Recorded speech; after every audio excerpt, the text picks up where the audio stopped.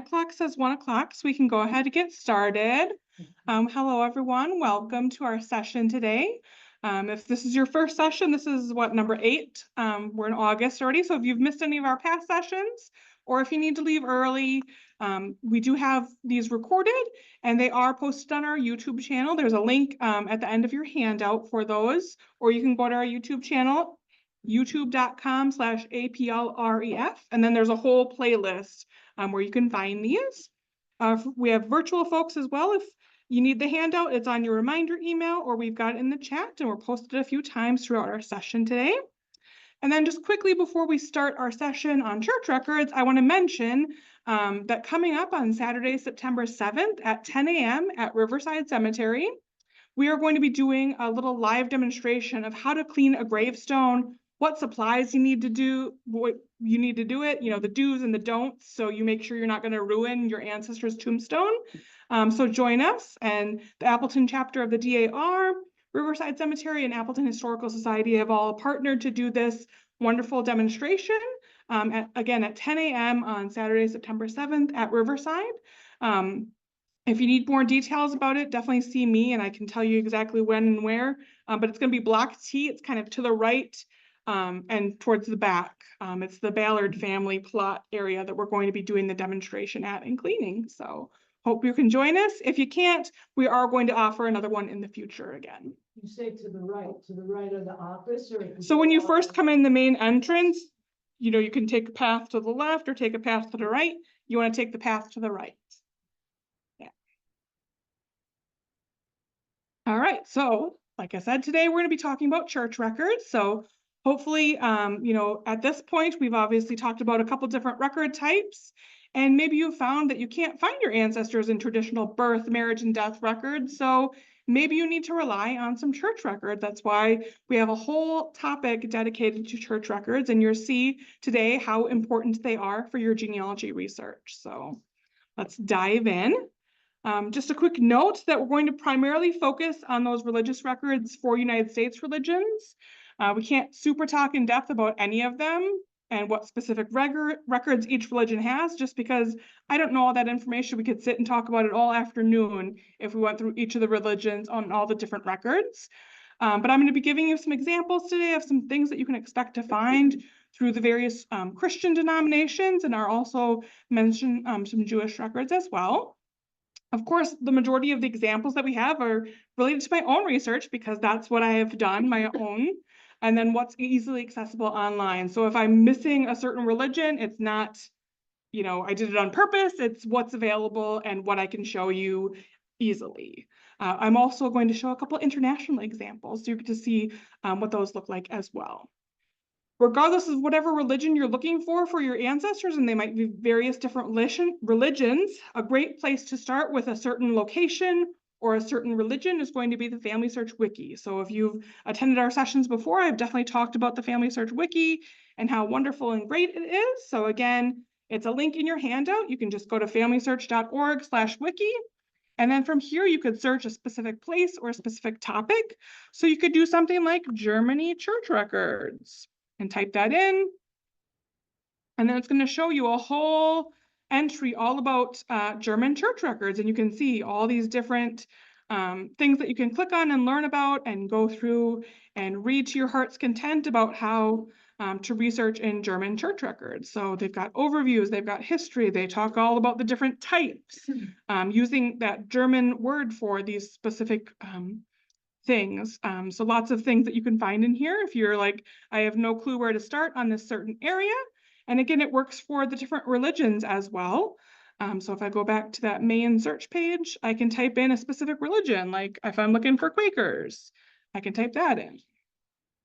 And then you can see, oh, there's specific things for New York or North Carolina, or you can see there's a whole just basic Quakers Society of Friends that it's going to talk to you all about those types of records and where you can find them, give you links to online records and all that fun stuff. So feel free to type that in when you're starting your search, and that's going to help guide you to what's going to be available for that specific religion or that specific location.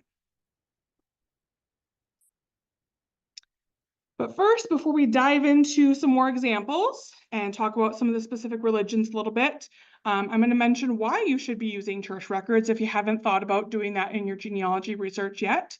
So, of course, church records may contain additional information than what other traditional vital records might have. So obviously, one of our first sessions, we were talking about those birth, marriage, and death records. But of course, at a certain time, those didn't exist because, they weren't legally mandated. Maybe our ancestors didn't follow the practice of submitting that data to the county or wherever they had to submit it to. Or maybe we do have those traditional records, but the information on it's lacking. So you might be able to use a church record to get some additional details. So a church record might be the only place where your immigrant ancestor listed their ancestral hometown, which is something you're going to need when you're looking at those records for them in their hometown.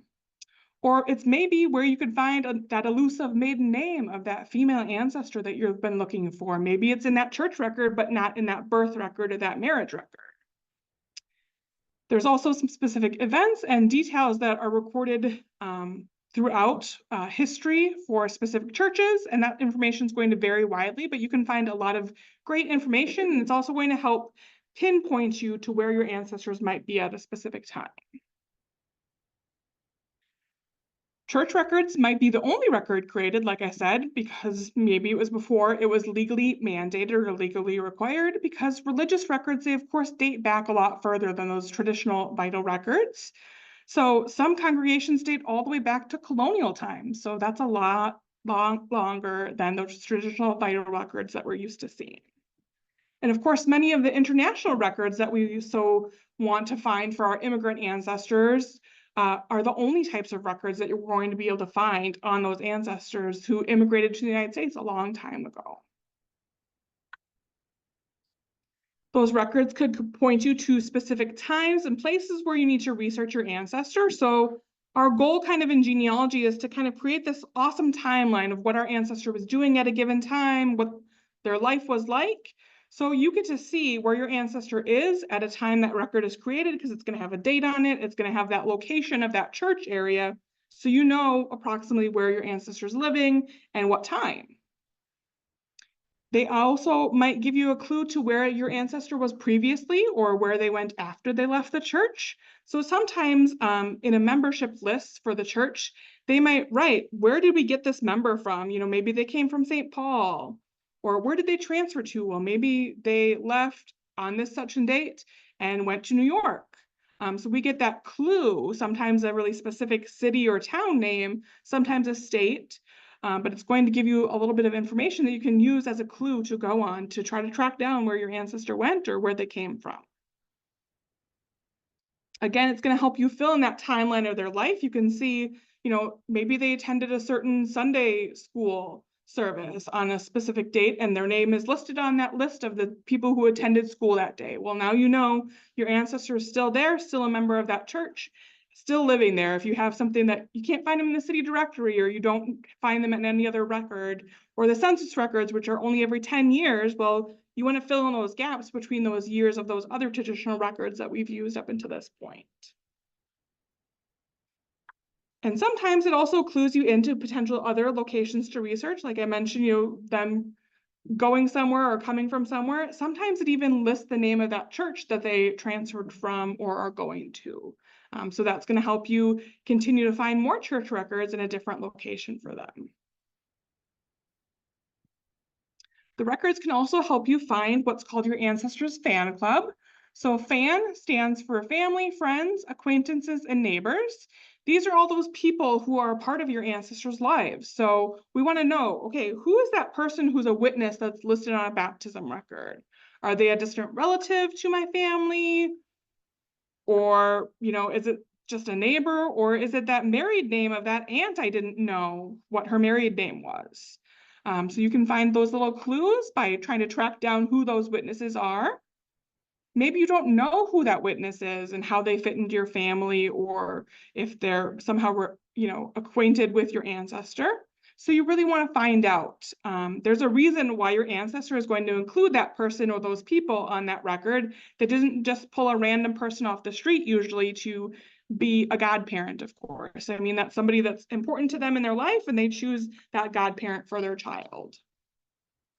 So you really also want to research those witnesses and follow up on that person's record, because you might also find your ancestor in that person's record as well. You know, maybe they served as a witness, and then your ancestor served as a witness for them in their records.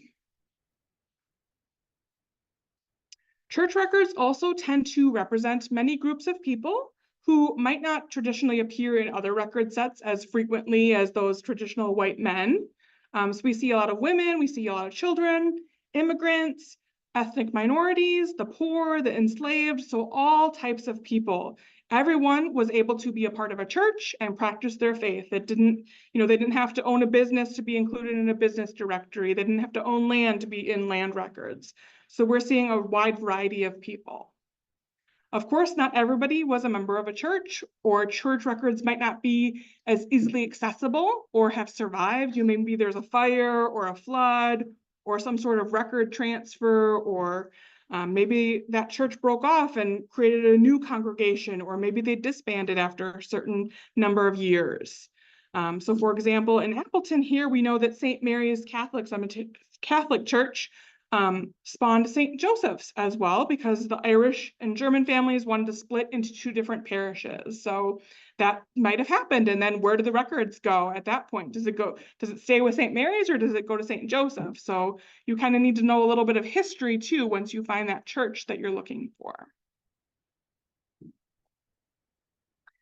So at this point, you might be thinking, okay, well, I might know a few churches of where my ancestors might have, attended. Maybe some of those more close ancestors, like your parents, your grandparents, you might know what church they attended or can easily find it.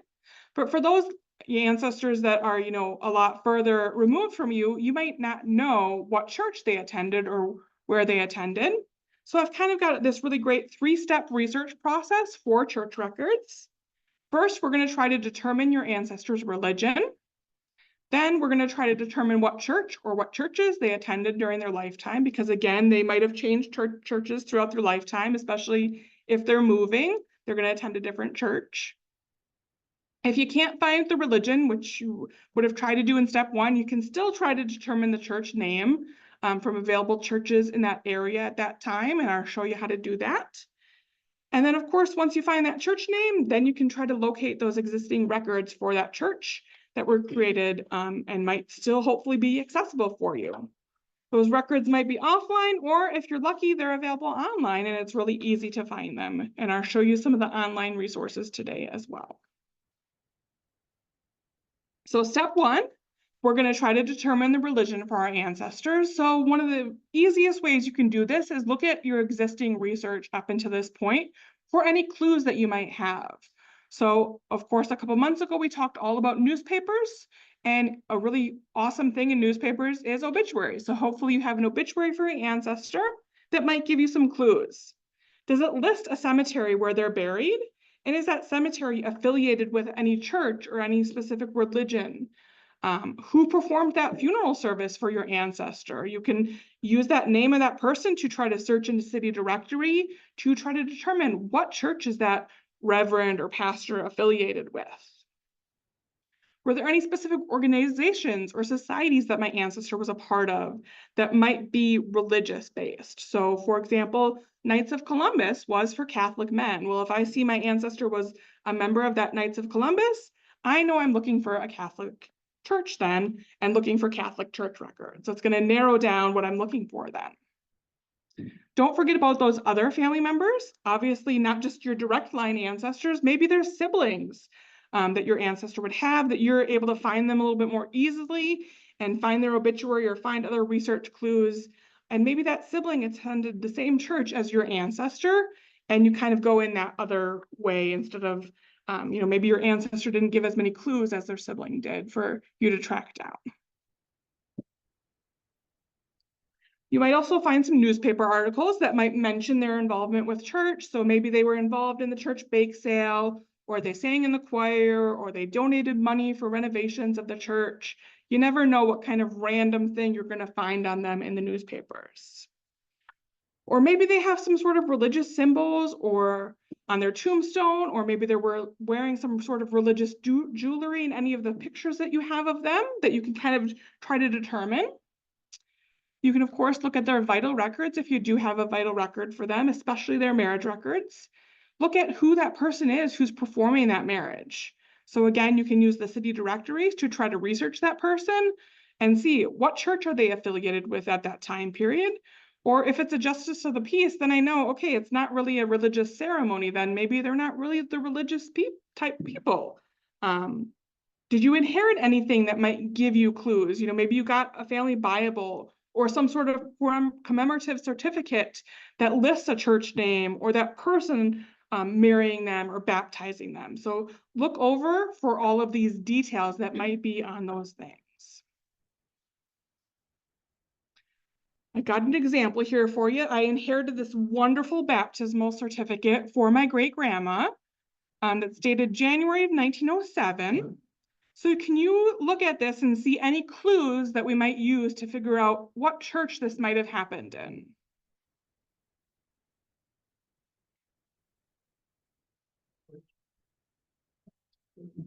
The language is German, so that might be a clue.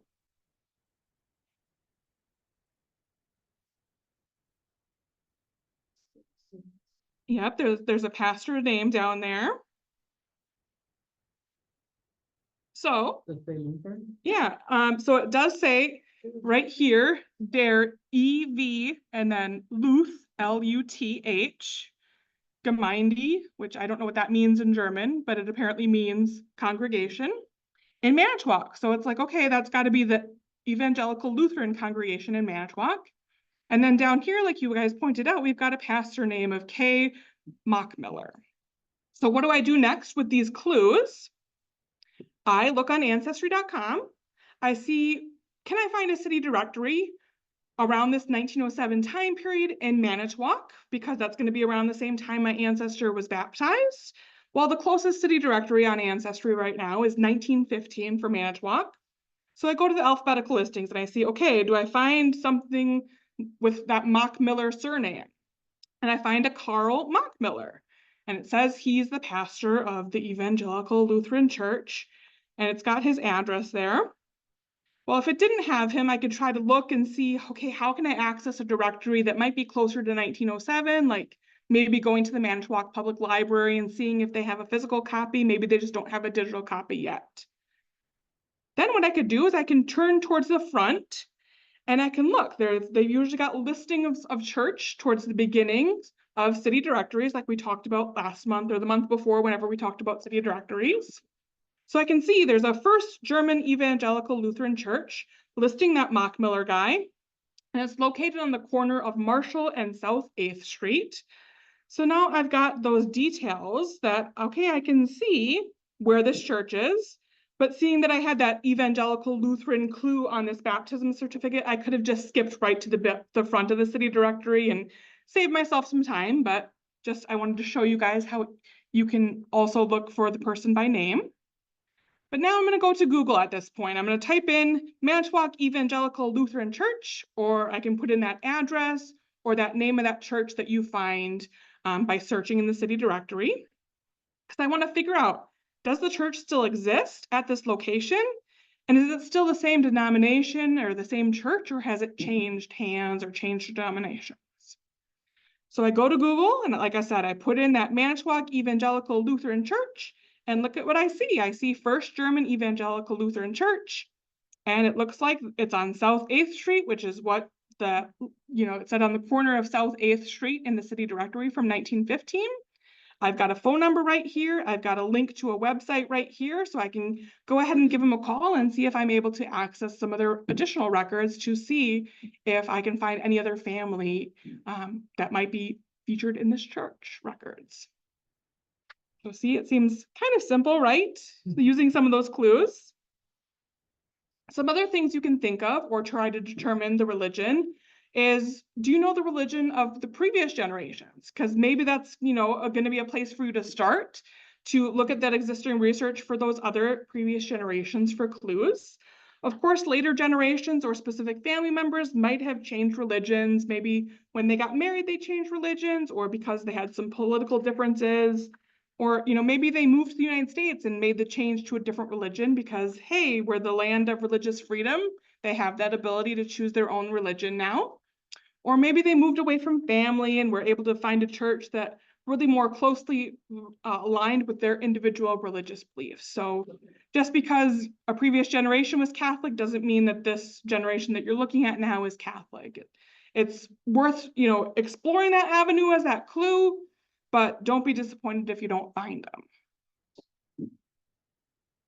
Don't forget about that special census. So a couple months ago when we talked about the census records, I showed you the social statistics schedules, which are a special schedule that's conducted by the counties, conducted between 1850 and 1880, so every 10 years, and it includes information on the various denominations that are in that county at that specific time.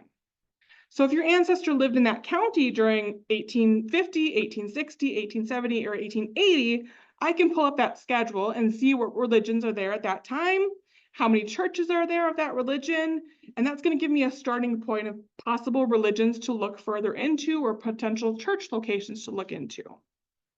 It's also a really cool way to see how much an area grows over that 10-year time period. So you can see, hey, there might be only 5 churches in 1860, but then by 1870, which is just 10 years later, there's 20. So we can see that big growth of that area. So if you need a refresher, go ahead and refer back to our census talk that we did earlier this year. I've got a link to that video recording in your handout if you missed it or you need a little refresher. But just quickly, I wanted to show you, again, this is an example of what one looks like.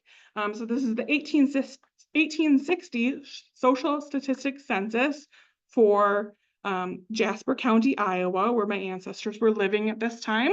So right down in this corner, I can see here's a bunch of different church religions. So we've got CONG for congregational, we've got ME, we've got Presbyterian, we've got evangelical. So you can see all the different churches. You can see the number of church buildings, so they each only have one. You can see how large these churches are. So you can see, okay, the ones that are maybe 300, maybe that's ones that I want to look into a little further because they're a little bit bigger. Maybe that's more possible that my ancestor would be in those church records. Also, don't overlook the ethnic aspects of churches when you're trying to determine that religion. So for example, like I mentioned earlier in Appleton, we had St. Joseph's Church that was organized as an outgrowth from St. Mary's Church because again, the Germans couldn't understand those English services, so they wanted their own church. Those Irish families then stayed with St. Mary's and the Germans went on to St. Joseph. So that's really important when you're looking at a specific church and try to determine which church is the right one. Well, if my ancestors are German, I know I'm trying to find St. Joseph records and not St. Mary records then. I've got a listing in your handout that came from this great book called How to Find Your Family History in U.S. Church Records. So it's got some religions by ethnicity. It's, of course, not a comprehensive list. And just because you have ancestors that fit in that ethnicity does not mean for sure that this is their religion. But use it as a starting point. If you have German ancestors, you've got a couple different choices. You've got Jewish, you've got Catholic, Lutheran, Reformed, and more. So that's a starting point. If you have no clue where to start on that specific ancestor that you're trying to determine what their religion is, use this list as a starting point and see what churches are in existence in that area that they're living in that time, and go from there. So we've got questions so far before we move on to step 2. Yeah. The individual church, say, burned or something like that. I guess I'm wondering, is synodical records, are there synodical records for individual members in some cases? I don't know what you mean by synodical. For instance, That's too big of a word for me. records kept, let's say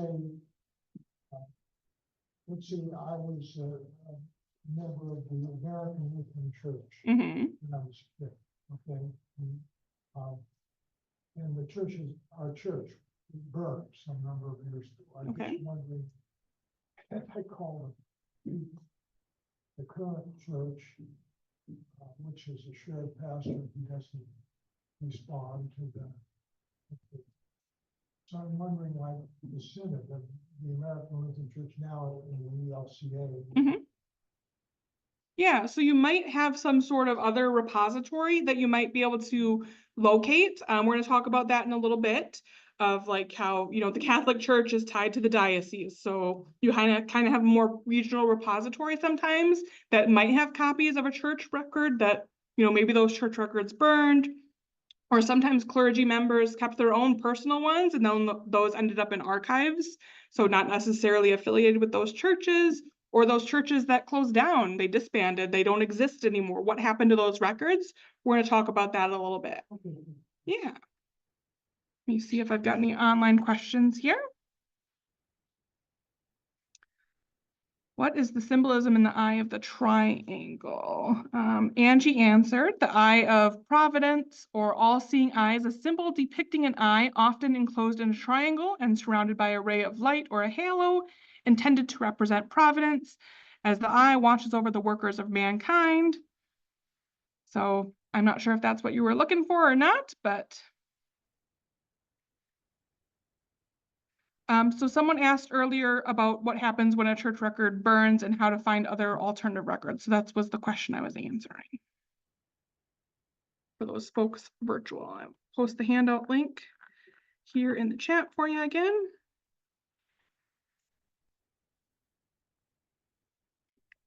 All right, I don't see any other ones. All right, so let's move on to step 2. So we're going to try to determine the church now, because hopefully we at least have narrowed down to potential religions that we're looking for. So again, when you're trying to determine that church name, we're going to still look at our existing research, because maybe we've still got better clues in there at our existing research. So we're going to look at that same stuff, those obituaries, those newspaper articles, those vital records that we looked at in step 1. Because maybe we have an actual church name, or we can figure out a church name from our clues. If you just have a religion, you want to looking at some local resources, try to figure out what are the names of the churches at this time in that area that would serve that specific religion. So some resources that we could use would be city and county directories. So again, refer back to our talk back in June when we talked all about those city directories.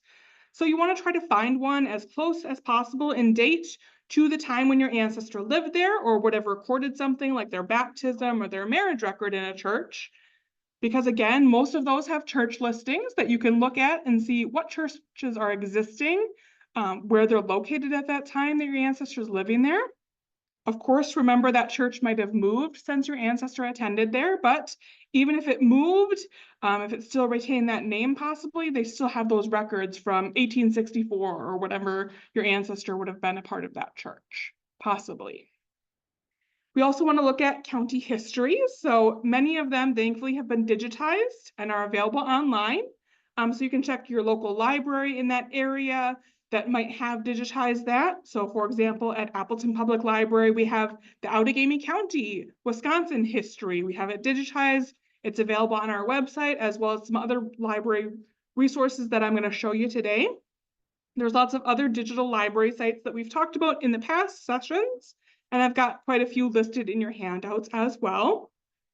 Not everyone is online, of course, so if you don't find one that's online, you want to check those local libraries in that area, or check the genealogy libraries that are kind of around the United States. We've got the Wisconsin Historical Society in Madison, not just limited to Wisconsin stuff. They have lots of stuff from all around the United States, even around the world.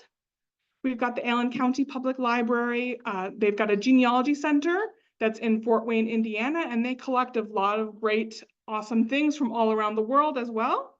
We've got the Family Search Library that's located in Utah, in Salt Lake City. They've got lots of really great resources from all around the world as well. So hopefully you live near one or could contact one of those, or the local library again that would be in that area. So say I'm looking for Peoria County, Illinois, and I don't find it online, you know, I'm going to try to find the Peoria, Illinois library and see if they have a copy, and they'd look in there and send me that list of churches or whatever. Or I'd make a research trip in that area, perhaps, if it's not too far for me to travel. So you can use these county histories to try to learn a little bit about the history of the churches in that area that your ancestor would have lived. And then it's also going to try to tie some officiants to certain churches. So of course, when it goes into depth and talks about the different churches, it's going to talk about who the pastor was or who the reverend was at that certain time. And if that name matches up with what record you have on that marriage record or that birth record or that funeral notice, now you probably have a name of a church at that point. The bonus about looking at these county histories is sometimes you also get a little short biography and sometimes even a photo of your ancestor that could be located in here. If they were kind of more well-known, these are kind of something that happened at the turn of the century, like early 1900s, late 1800s. They put out all these county histories and they would have a little paragraph or two about the different citizens in that county at that time. So I'll show you an example of one in a little bit where you can find some really great information in them sometimes. If you couldn't figure out that religion or there's no church affiliated in that location with your ancestors' religion, you're going to try to start with trying to locate the churches that are going to be closest to where your ancestor lived, or see if they have that ethnic identity that matches your ancestor.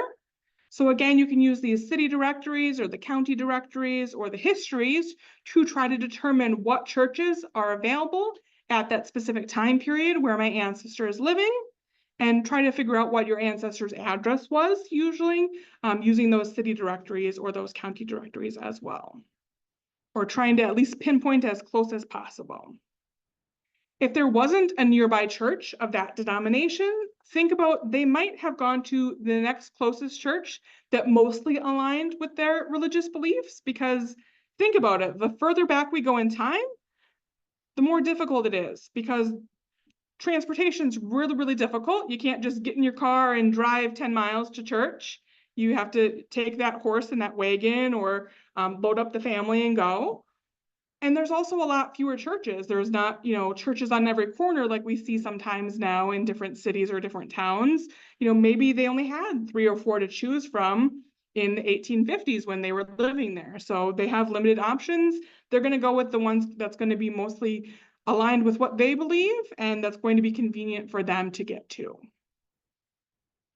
If you aren't sure about what religions are similar or what denominations are similar, that book I mentioned, it's also in your handout. That's How to Find Your Family History in U.S. Church Records. We've got a copy of it available at the library. They've got really great listings where it says, okay, this religion, and then they've got closely aligned religions that you'd also look into if you don't find a church in that denomination with your ancestors' records in there. You can look at those other possibilities in the area. Again, keep in mind your ancestor might have moved churches if they moved from a given location. So you might need to locate more than one church that they're going to attend during their lifetime, because not everybody lives and dies in the same area that they are born in. If you're lucky, there are going to be notes, like I mentioned, in those member lists where it might say, okay, what that previous church they came from, or where they moved to, or at least give you that city and that state and that time period of when they're moving back and forth. The church that they would have moved to or come from is likely, of course, going to be the same denomination that they would have previously attended. So again, that's going to give you that clue. So if you see, okay, I find them in the Catholic churches in Milwaukee, then I know when they move to Menasha 10 years later, I'm likely looking for another Catholic church, because I would assume they're not going to change religions, but you never know. They sometimes surprise us. Some other great tools that you want to try to use to determine those churches that are going to exist are going to be some plat maps, Sanborn insurance maps, and Google Maps. So these help you visualize where your ancestor lived in relation to the churches that are in existence at that time. So plat maps, if you're not familiar with those, we're going to talk a lot more in depth in November when we talk about land records. But plat maps are going to show you land ownership in a given area. So you can see there are certain little symbols on a map that will show you a church at a time. So you can see, okay, this map is from 1910. Now I can see where the churches are in the map. And you can see where your ancestor owned land, if your ancestor owned land at that time. And then see, okay, which ones are the closest ones to that? And those are the ones I'm going to start investigating first. Sanborn insurance maps. These were originally created to determine a proper insurance amount for the various buildings around a city or a town, but they provide a really great overview for us genealogists that we're looking to see, okay, what does the city look like? What's near each other? Where are the churches? Where are the schools? Where are the houses? Where are all the businesses? And it even gives you cool details like what a building looked like. It's got a little sketch of it. What materials were used to build it? Was it brick? Was it frame? You know, all those kinds of little details that you can see. Was it 2 stories? Was it 1 story? Things like that that you can see in these cool maps. And then Google Maps, that's obviously a more current time frame that we're looking at, but you can put in an address of your ancestor and an address of that church to try to calculate that distance. So you can see, okay, am I looking at this church and then I find out, oh, it's 10 miles away, or oh, I'm looking at that church and it's 50 miles away. Well, you're probably going to want to look at the one that's a little bit closer to your ancestor, because again, thinking about how difficult it is for them to get transportation to go to that church, and the given time period when they're living there, or obviously when you think about things like weather, we live in Wisconsin. In winter, it's difficult to travel in cars. Think about traveling on a horse in the snow when it's, 20 below out. So, maybe that's why your ancestors skipped church for a little bit in the wintertime.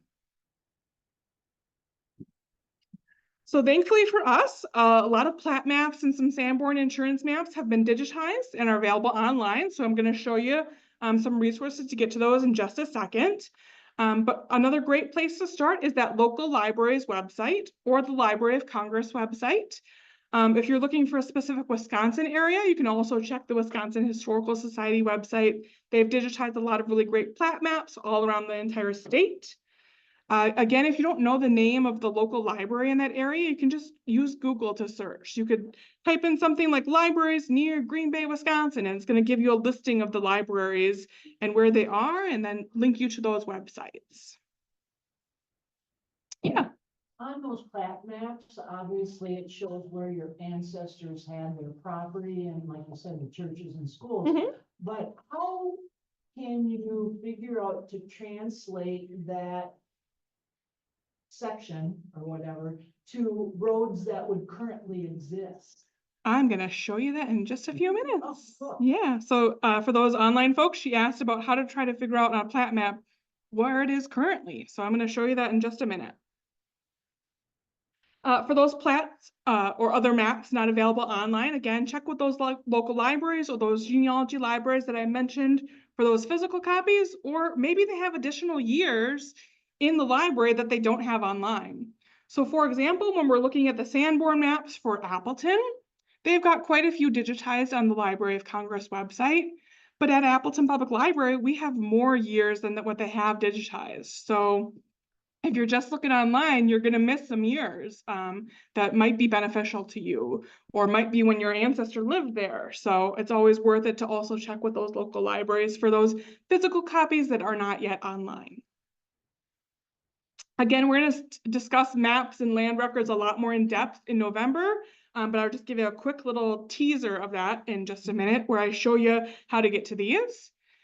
And also, remember, always in the back of your head, just like we talked about with those city directories, those addresses and those street names might have changed since your ancestor lived there. So you always want to check that first to make sure you're actually looking at the right spot first. So again, I've got an example of a city directory over here on the left. So just a brief refresher on where to find some city directories would be Heritage Quest. Of course, refer back to our city directories talk for all the other various resources that you can find them. But I'll show you quickly, just starting at apl.org, going to eLibrary, we can get to Heritage Quest pretty quick.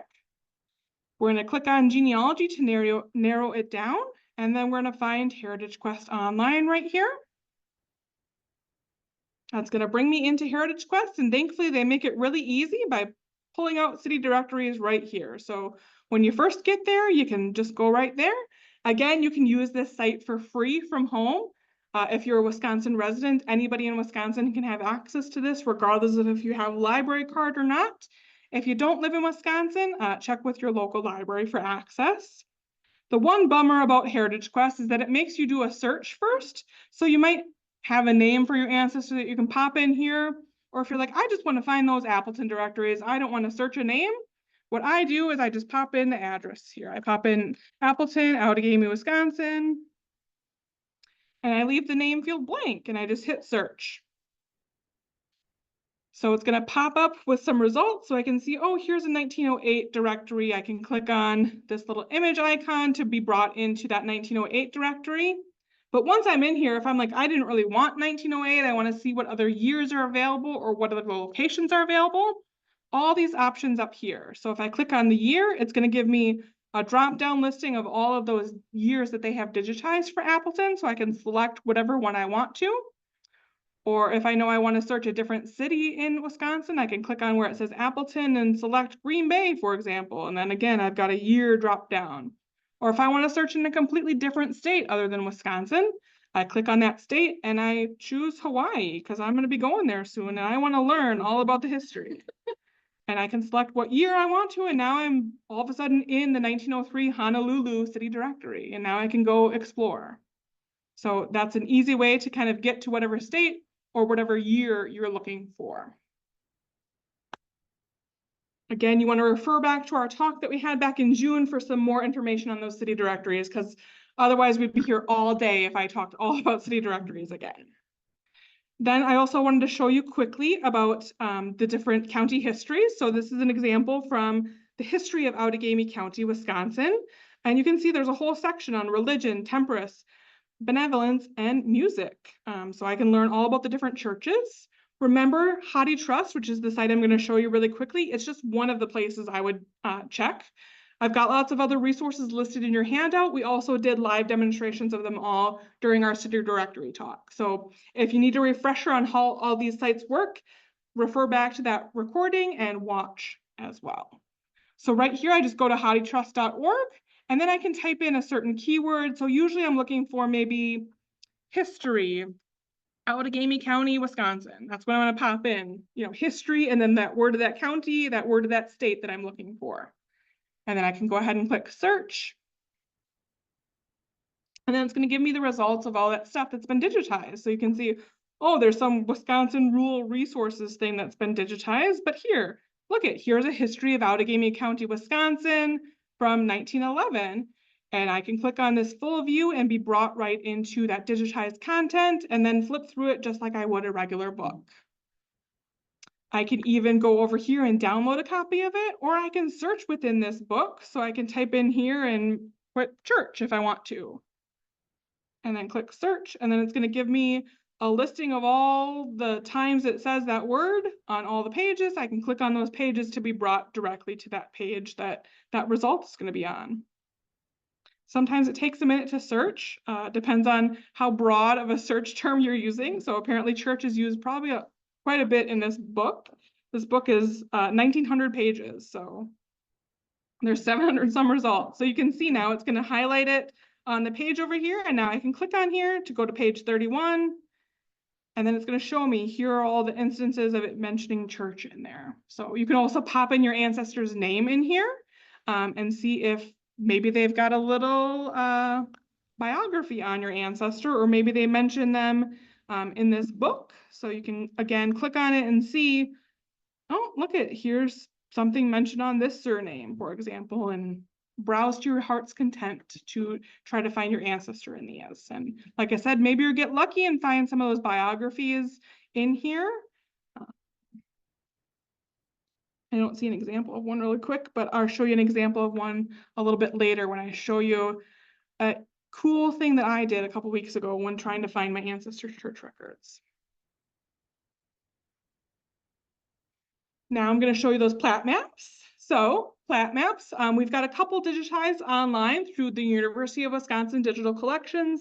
Again, there's lots of other places you can find them, like the Wisconsin Historical Society website, Library of Congress website. There's tons that we're going to explore a lot more in November, but this is just one of them. And like I mentioned a few minutes ago, you can find little fun symbols on here. So I can see like a little cross. I can see a little CH and a circle. That means church. I can see SCH and a little square. That means school. The little, cross, you see right next to it, CEM, that's cemetery. So if I see those symbols, that's going to be a great spot to dive into. Again, you can see those symbols down here. I can see another school down here. So that's an easy way. If this is your ancestors' land over here, what's going to be the closest church? It's going to be right over here, it looks like, for example. So to get in here, if you're looking for some Outagamie County specific ones, you go to our website, apl.org, click on that e-library. Again, you can narrow it down to genealogy like we did with Heritage Quest. But this time we're going to go all the way down towards the bottom where it says University of Wisconsin Digital Collections. And on here, we've got a couple of city directories. We've got some other local history materials, as well as some plat books. So you can see right here is one plat book of Outagamie County from 1889, for example. We've got other ones. Sometimes it's really easy to tell from the cover what it is or what I'm looking at. Sometimes it's not as easy. So this one, you might need to click into, or this one, it's like, oh, I can't even tell what it is until you click on it. So once you click on it, you can see, oh, this is a plat book for this specific year. To get in there, then you're going to click on that full view. And now I can go page to page and browse through. And I can see specific areas. So if I want to go to the town of Center, which is what we were just looking at in our example, I can now click on it, click on that magnifying glass, and now I can zoom in really far. And now I can see where all these different symbols are here.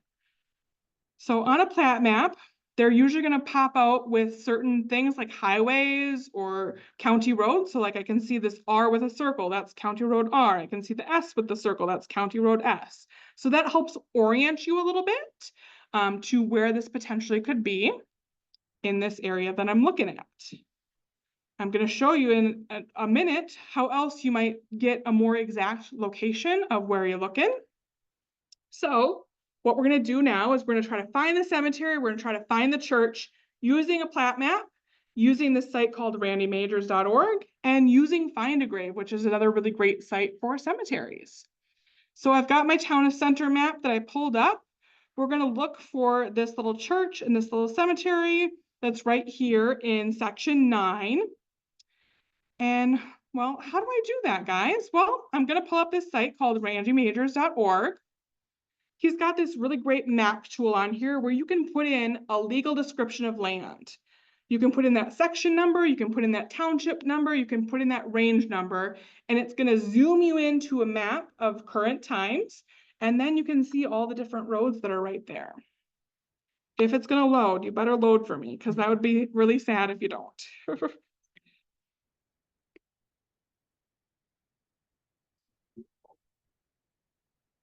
Come on, internet.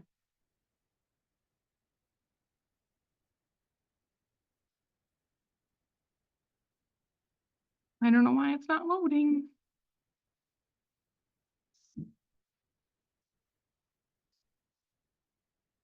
That's the bummer about doing it live, is sometimes the sites decide not to work. The internet is great when it cooperates. Yeah, it sure is. Let's fingers crossed and hope it loads here in a second. But like I mentioned, what you could do is you can put in a section number. So we'll talk about this more, but each section is kind of this little square.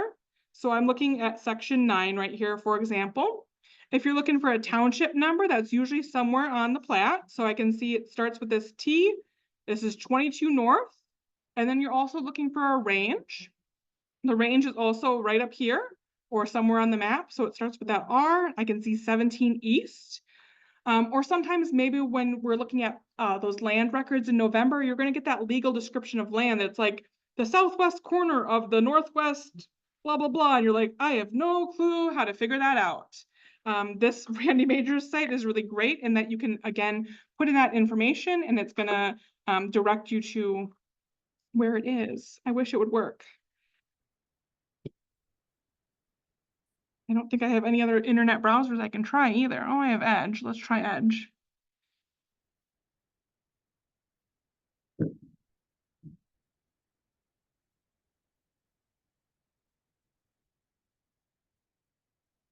Well, bummer. We can try again maybe in a few minutes and see if it works then, but believe me, this is a really awesome map tool that you definitely want to try, and that will give you more proper coordinates of where you're looking for that actual address. So you can see, hey, that land is on Thompson Road in blah, blah, blah. So you just put in kind of that section number, that township, and that range. If you've got that information, it's pretty easy to figure out then currently where it is. So we'll try again in a few minutes. Hopefully that will work. But what I wanted to show you is you could also go and try to figure out then if you figure out what area it's in, you can see on this Google map, it showed at that point, let's see, it was like, you can pull up Google Maps, so maps.google.com. I can put in Town of Center. What was I looking at? Highway 47, Town of Center. So I can pop in that to be brought to the Google map at that time. So now I can kind of look around here and see, I kind of zoom around up and down. If we go back to our plat map over here, section 9, we're also looking where 47 and S kind of intersect, and then we're gonna go a little north. So you kind of got to play around with the map a little bit. So I can see 47 and S is right here. So I'm gonna go a little north. And you can see, oh, there's a family child care center. Oh, here's a 12 corner cemetery. That must be this cemetery we spotted on that map then. So what I do from here is I can click on it. I can see, okay, exactly where it is. Sometimes they've got a phone number or an address listed here. I also would go to Find a Grave then. So I can pop in findagrave.com. You can search for your ancestor by name here, or if you click on this cemeteries tab, I can search by cemetery place or by cemetery name. So I can type in 12 Corners, and then I can type in that center, Outagamie County, Wisconsin, and click search. No, oh, come on. Did I not type it right? That might help.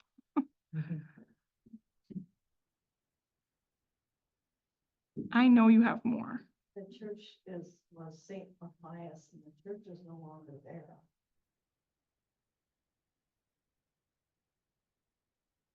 Sometimes you gotta just look at the county and see the listing. Here's 12 Corners. See, I wasn't lying. There actually is a 12 Corner cemetery. But you can see when you first get here, it says 12 Corners Cemetery, also known as St. Matthew's Cemetery.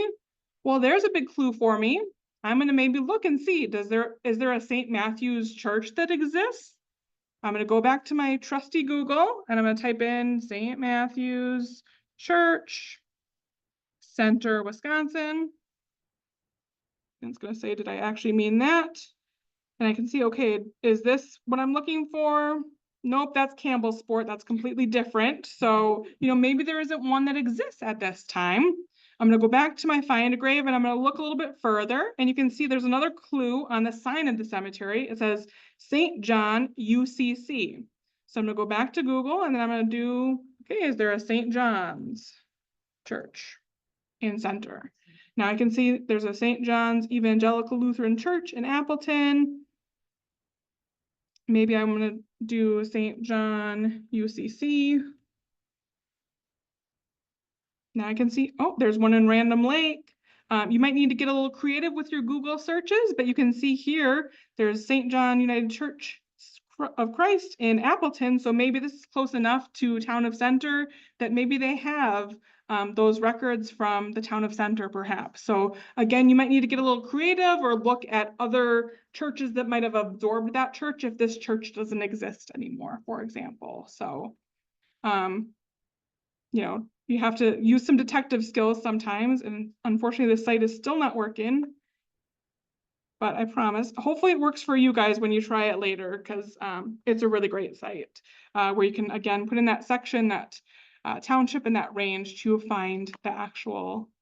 So this is an example, just a little screenshot of where that section is, but it doesn't show the roads until you kind of do a different interface in Google Maps within Randy Major's site. But then you'll be able to see what the street names are, for example, if you don't have something helpful like these highways or the county roads to kind of orient you a little bit. Yeah. That actually was a St. Matthias, St. Matthew's Church. Yeah. Which is no longer there. But that United Church of Christ, the one in Appleton, Mhm. is the one that does the grounds. Yeah. I live right. Yeah, between so them, she just shared that the St. Matthew's Church does not exist, and that St. John Cemetery that I did find is the one that took it over and handles the grounds. So if you are looking for that specific church or that cemetery in Center, you want to follow up with that St. John Church in Appleton. Let's see, it opens on Firefox, somebody said. I don't think I have Firefox on here, but let's see if I do. Ooh, I do. Let's try in Firefox.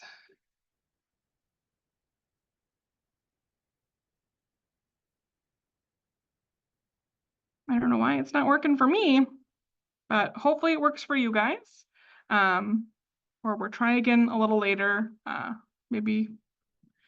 Maybe it's just my computer, who knows? It was working for me yesterday when I did a little demonstration on my own when I was practicing, so. It also opens Safari. I don't have Safari, unfortunately, so thankfully the people online are getting it to work, so trust me, it does work. All right. Now I'm going to show you, of course, Appleton and our University of Wisconsin Digital Collections is not the only place where they have digitized plat maps. They've also got a great collection on the Library of Congress website. So just go to loc.gov. And right up here where it says search everything, what you can do is you can type in a specific thing. Like if I'm looking plat map, Cottonwood County, Minnesota. I can pop that into the search and click enter or click the little magnifying glass. And now I see, oh, I've got a plat map here from 1898. I can click on it and then view that enlarged image. And now I can zoom in and zoom out and see if I can find my ancestor's name in here, for example. And, you know, then I've got that section number. I can sometimes plat maps will list that township and that range on here, sometimes not. Sometimes you might need to investigate a little bit more to get that township and that range. Or again, we're dive deeper into those land records in November where I can show you how you can find legal descriptions of land in those land records. So again, you just kind of can search anything, search a specific location, or you can just put in plat in here and then it will search all the different plat maps they have in here. And then what you could do is over here on the left-hand side, we've got some filters. So you can filter it by certain locations. If I'm looking for New York, for example, I can do that. And then I can see all the different plat maps for the state of New York or specific counties. I could also narrow it down over here some more. But I personally just always kind of search in this main search bar with that county name. That's usually how the plat maps are done, is by county.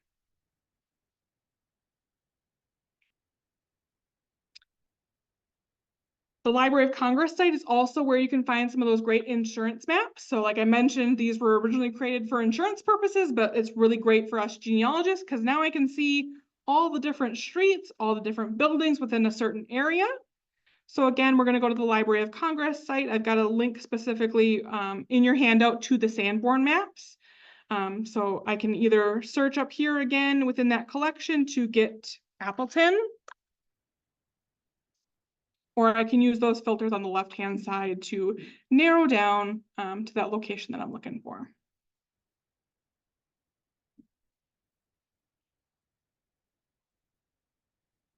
Come on, internet. I don't know if we're supposed to get storms again. Maybe it's affecting our internet here today.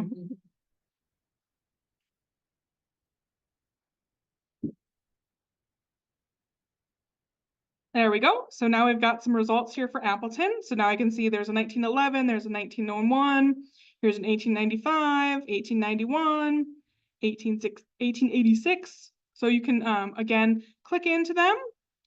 You know, perhaps you'd have an idea of where your ancestor was living at that time based on what you found in the city directories. Then you can pull up their street and then look around their street, or pull up the whole map and then look at where all the different churches are in relation to where your ancestor is living.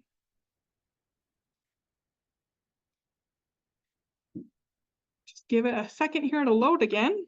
Maybe if I close some of these tabs I'm not using anymore, it'll go a little faster.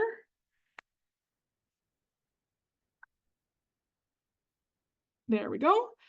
So again, you just kind of click in here and it will pull up all the pages of this map here for you. Usually for Sanborn maps, they've got a little index, the first page or two. They've sometimes got a little map overview where it will direct you to what page you're looking for. So say I'm looking for Superior Street. I want to look at the index first or look at the little map first to find Superior Street and what page, because I don't want to go through 41 pages until I find Superior Street.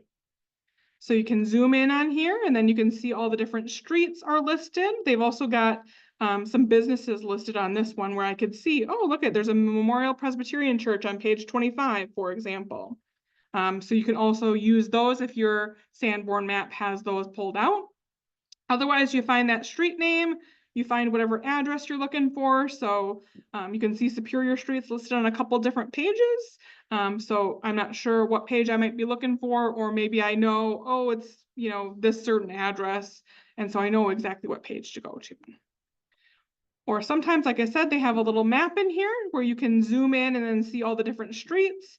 And you can see there's a little box around whatever this area is, and this number in the middle tells you what page you're looking for then. So if I'm looking for Hancock and Superior, for example, Hancock Superior is right here. So now I know I'm looking at page 2. So I'd go to page 2 and find that area then.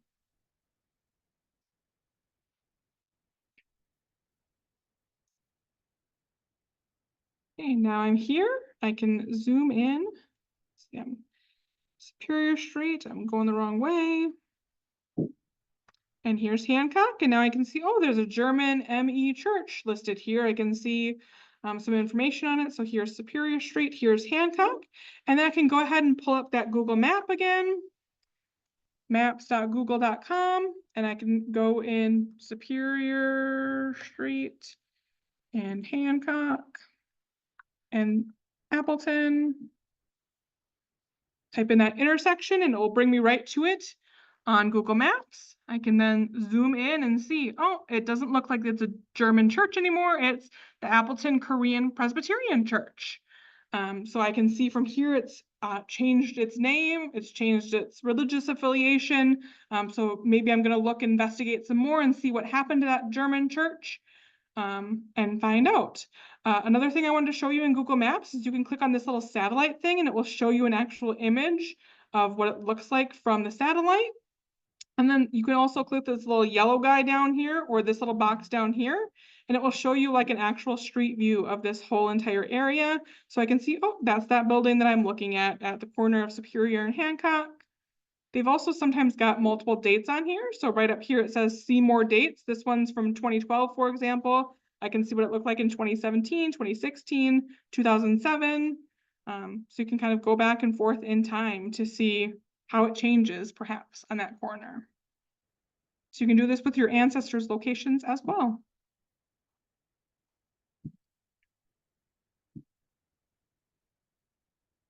I keep hoping that Randy Majors is going to load magically for us. Or try again before we close out one, but Angie says she can't get it to go either. When you put it in Google, it might open. So let's see if we do that. Let's try this little trick here. So I'm gonna get my Zoom stuff out of the way. So I type in Google, Randy Majors.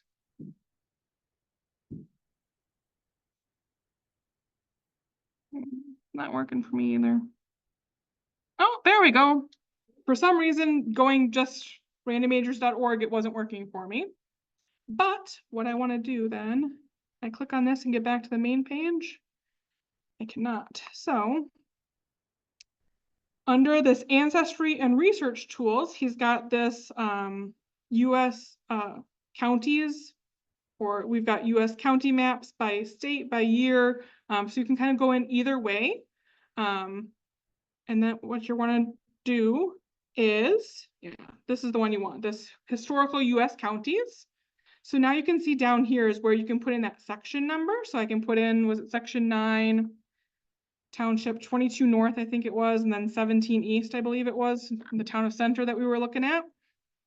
So you put in that information, you select your state, and then click go. And then magic, it's gonna pop in here and give you a little pin, and it's gonna zoom in on there and show you, here we are in the town of Center. What I can do then is I can zoom in, and now I can see, okay, I'm looking, 12 Corners Road is right there, Center Valley Road's right here, here's County A, and now I can kind of see right in here.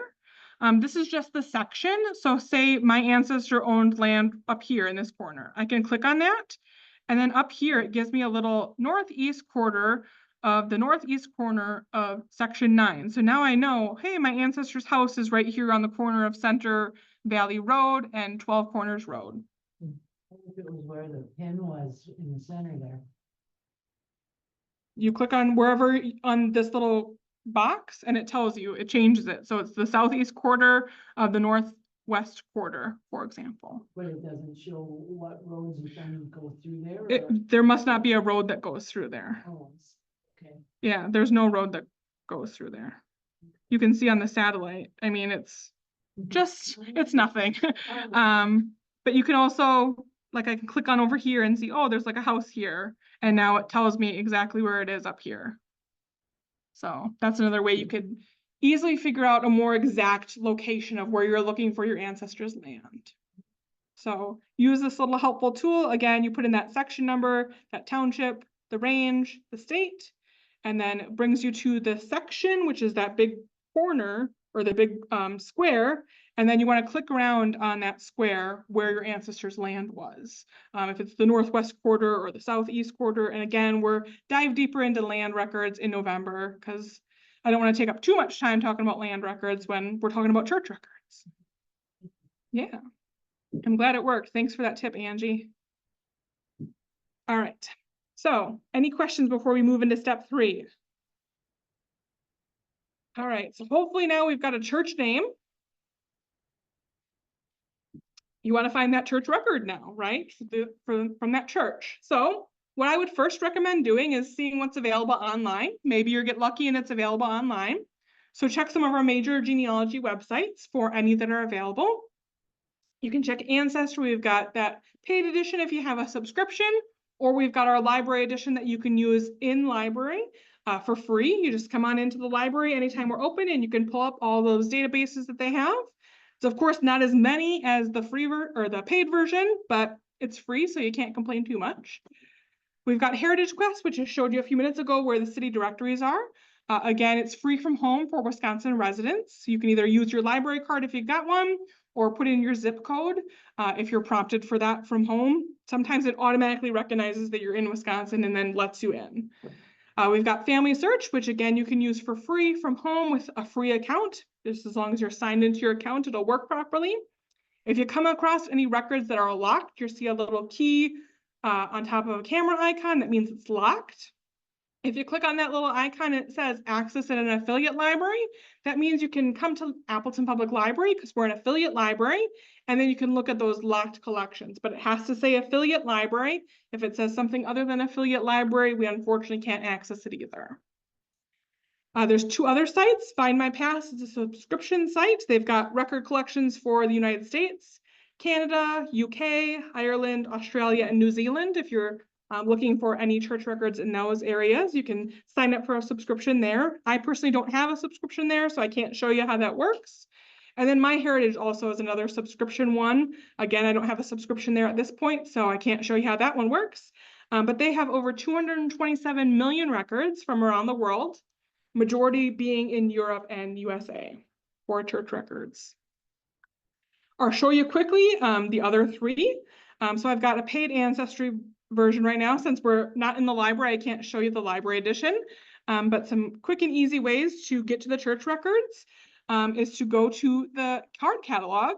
So to do that, you're going to go to search once you're signed into your Ancestry account and click on card catalog. So from here, you can put in a title or a keyword, or you can use some of these filters down here. You can see there's no specific one that says churches. There's no specific category for church records. They're kind of, I'm surprised that they don't have one at this point, but you can type in church here, or you can type in a specific religion, and then it's going to narrow down all these different collections that might have that word in it, for example. You can sort by the name of that collection. You can sort by the record count, by date added, or when it was last updated. I personally like to do record count because then I'm looking at the largest ones possible. And now I can see, oh, there's all these foreign ones on here. But maybe I'm just looking for USA ones. So I can click on USA, and then I can narrow it down by state if I really wanted to, but there's going to be some collections that are larger that contain more than one state, for example. So like this one, they've got an Evangelical Lutheran Church in America church records from 1781 to 1969. Now I can go in here and I can search my ancestor's name, or I can go over here on the right-hand side. I can choose congregational records. I can choose a specific state. If I'm looking at Wisconsin, I can choose a specific city or county. So I don't see one for Appleton listed, for example, but maybe I want to look at Manitowoc. And now I can see, hey, there's 2 different churches in Manitowoc that have church records in this collection. I can click on First Lutheran Church, and now I'm in their church records. So this is their whole digitized books of 300 and some pages. I can go page to page and try to read that handwriting, try to find the baptisms, try to find those marriage records. Sometimes it's easier than, sometimes it's easy to read the handwriting, sometimes it's not. Sometimes they might have an index towards the beginning, sometimes they don't. But once you find a record that you want to save, they've got this save option up here where you can save it to your computer. And then you'd be able to look at it and print it, do whatever you want with it. But this is one way to get into certain church records. They've got lots of other different collections here on Ancestry. So that one's just like the Lutheran ones. They've got some Quaker ones, they've got Baptist ones, they've got Mormons, they've got all kinds of different collections in here that, again, you just click on it. You can kind of hover over it and it might tell you a little bit of a description here, or it might tell you what states are included, that you can explore some more on your own. This is just a snapshot of what you can see in the library edition. So the library edition only has about 800 some collections in regards to churches, but it does give you access to some international ones. So like for me, I don't have the international version of Ancestry right now. So if I'm like, hey, I really want to look at these German births and baptism records, I'm going to come into the library and do that for free instead of paying $200 for Ancestry World Edition, for example. So this is a great alternative for you if you don't want to pay for that World Edition, or you just want to access what they've got on here in the library. Heritage Quest, again, I showed you exactly how to get there through our website, apl.org, go to eLibrary, narrow down to genealogy, and then we're going to find Heritage Quest on here. This is also how you'd get to Ancestry Library Edition if you're in the library. So we've got Heritage Quest listed there. So the church records here are a little bit more difficult to find. So you can see there's no specific thing that says church records. If I scroll down here, I see nothing about church records. But up here, they've got a little search box. They've also got one right here. Either one you can click on, it will bring you into the search area. And you can see all the other various categories they have. But I still don't see anything related to churches. I see cemeteries, I see public records, et cetera, et cetera. So what I can do is I can click on one of these countries, or they've got more US records. And now I can see, oh, here's one for specific births and christenings. There might be some other ones that say church on it. So one easy way to see, okay, are there any religious records or any church records, is I can use Control and the letter F on my keyboard. If I push that at the same time, it brings up this little search box on a Windows computer if you're using Windows computer.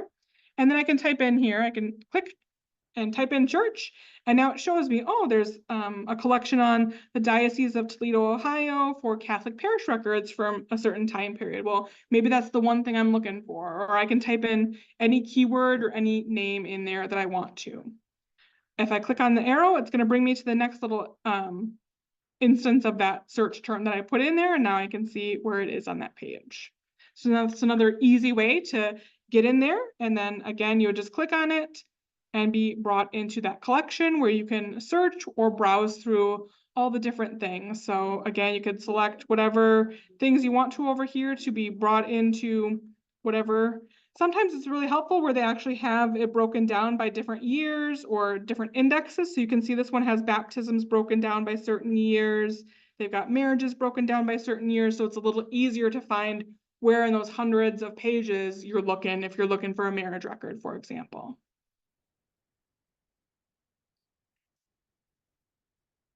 Then we've got family search. So this again is available for free from home. You just sign into your family search account.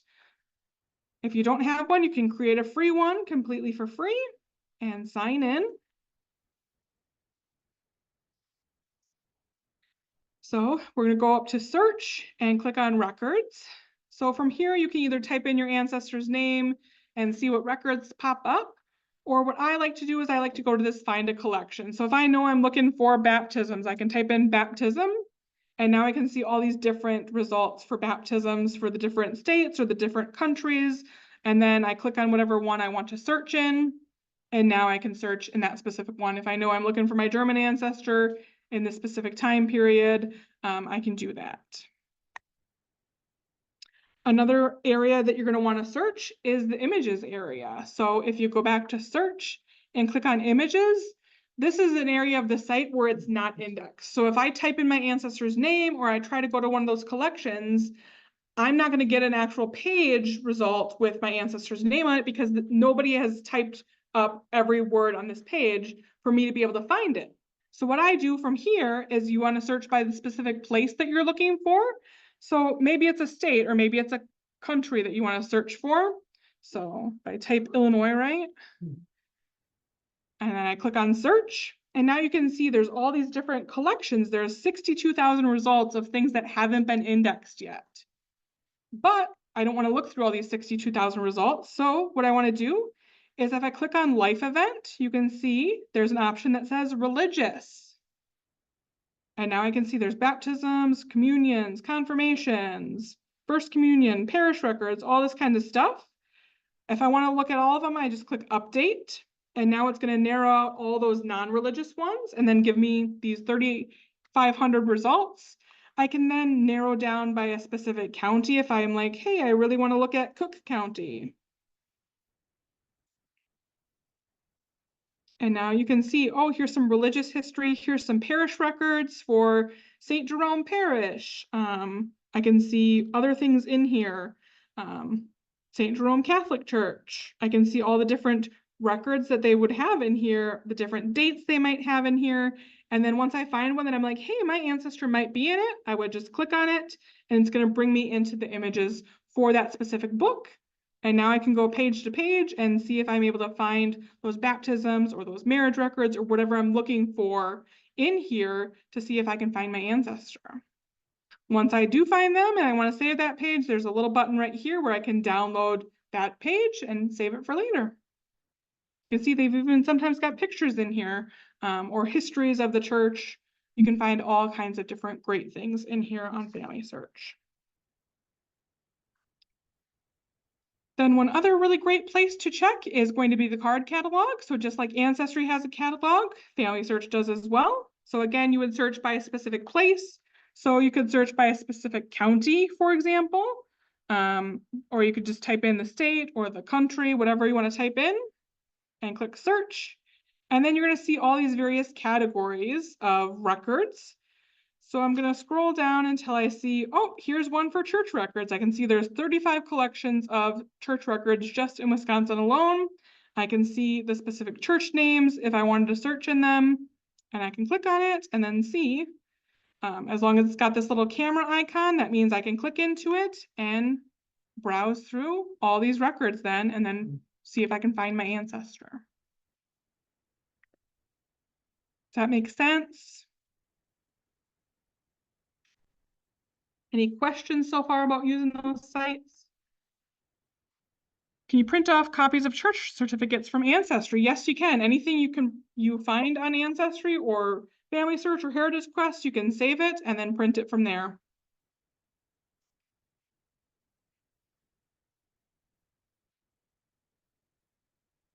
Any questions from you guys? All right. There's also some additional sites other than those main genealogy ones I just mentioned. So you might have external sites that you might find. Some might require a subscription, some might be available for free. So I've got a couple examples listed for you. These are just a few examples. So one that I really love is called Archeon. They've got German and other former German Eastern territories like Prussia. Mostly Lutheran church records are available on here. Unfortunately, it requires a subscription. But what you can do is you can go to Archeon. It's going to be in German when you first go to it, so don't freak out. Thankfully, if you use the if you use Chrome, it will automatically ask you, do you want me to translate this to English? And I'm like, please. So you can select English right there and it will automatically change it to English for you. But what you can do before you decide, hey, I'm going to pay for a month of Archeon, what you can do is you can go to this location search and type in that German town or city where your ancestors from and see, do they even have church records from this location? So right here, I can type in this town name where my ancestors are from. I can see it's a result right here. And then I can click search. And now I can see they've got these different church books. Again, it's listed in German here. So what I want to do is I want to click on the right side of my mouse, and then I can click translate to English. And then it's going to move it to tell me what this is in case you can't tell what the little icons are, like the little bread, that's for communion participants. The little tombstone with the cross on it, that's for burials. So you can see what years are included on here. If I wanted to actually look at these records, I have to subscribe to look at the records. But now I can see, hey, they've got some church records from when my ancestors lived here. I definitely want to buy a month subscription and then find those actual church records. And I'll show you an example in a minute of what one looks like from Archeon. It's a really nice site for if you have any German ancestors. Another one is called Matricula Online. This is going to be mostly Catholic records for various countries in Europe.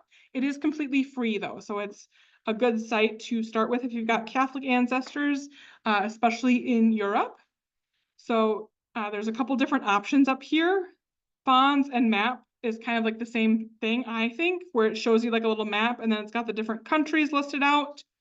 Or you can click on map and then be able to zoom in and play around and see, okay, where exactly I'm searching for, or you can enter a location in here. So I can type in Husum, Germany. And then click the little magnifying glass. And I can see, oh, there's no church books in that area that I'm looking for example. Or I can go over here and click search. And then I can type in, maybe I don't want that one. So this is going to list a different Husum for me, but I can see here's an example of one of the church books that they're going to have. So I can click on it. You can see again, it's like listed in German. So again, I can use that little Google Translate trick to translate it to English. And now I can read what it says, when it's founded, all that fun stuff. Sometimes they even give you a really awesome picture of what the church looks like. And then if you scroll down here, you've got a map of where it is. And then you've got all these different church books where it lists what type it is and then what dates it is. And then you just go in here to be able to browse through these images here. So again, you can go page to page and see all these awesome church records. So once you get in, it's a little difficult sometimes if you're like, wow, I cannot read that at all. Usually you can at least make out your ancestor's name. That's, the first step is making out their name. Once you get there, I'll show you in a minute about how you might be able to translate it or get some help translating it, because I don't know about you guys, but I don't know any other languages other than English. So another great free site is Jewish Gen. So if you have Jewish ancestors and are looking for synagogue records, they've got some free access areas. They've got some things that you can pay more for more features or more access, but they've got a great area. Again, if you have a free account, you can log into their free account and then it kind of gives you some more options. Thankfully, I've got my password saved in here, so I can go in, log in. They've got this little research tab, and then you want to click on this country and topical databases. And now I can see all the different countries are broken down in here. So say I really want the United States ones, I can click on it. It's going to bring me right into there. So then I can click into the USA databases, and I can search right in here if I really wanted to.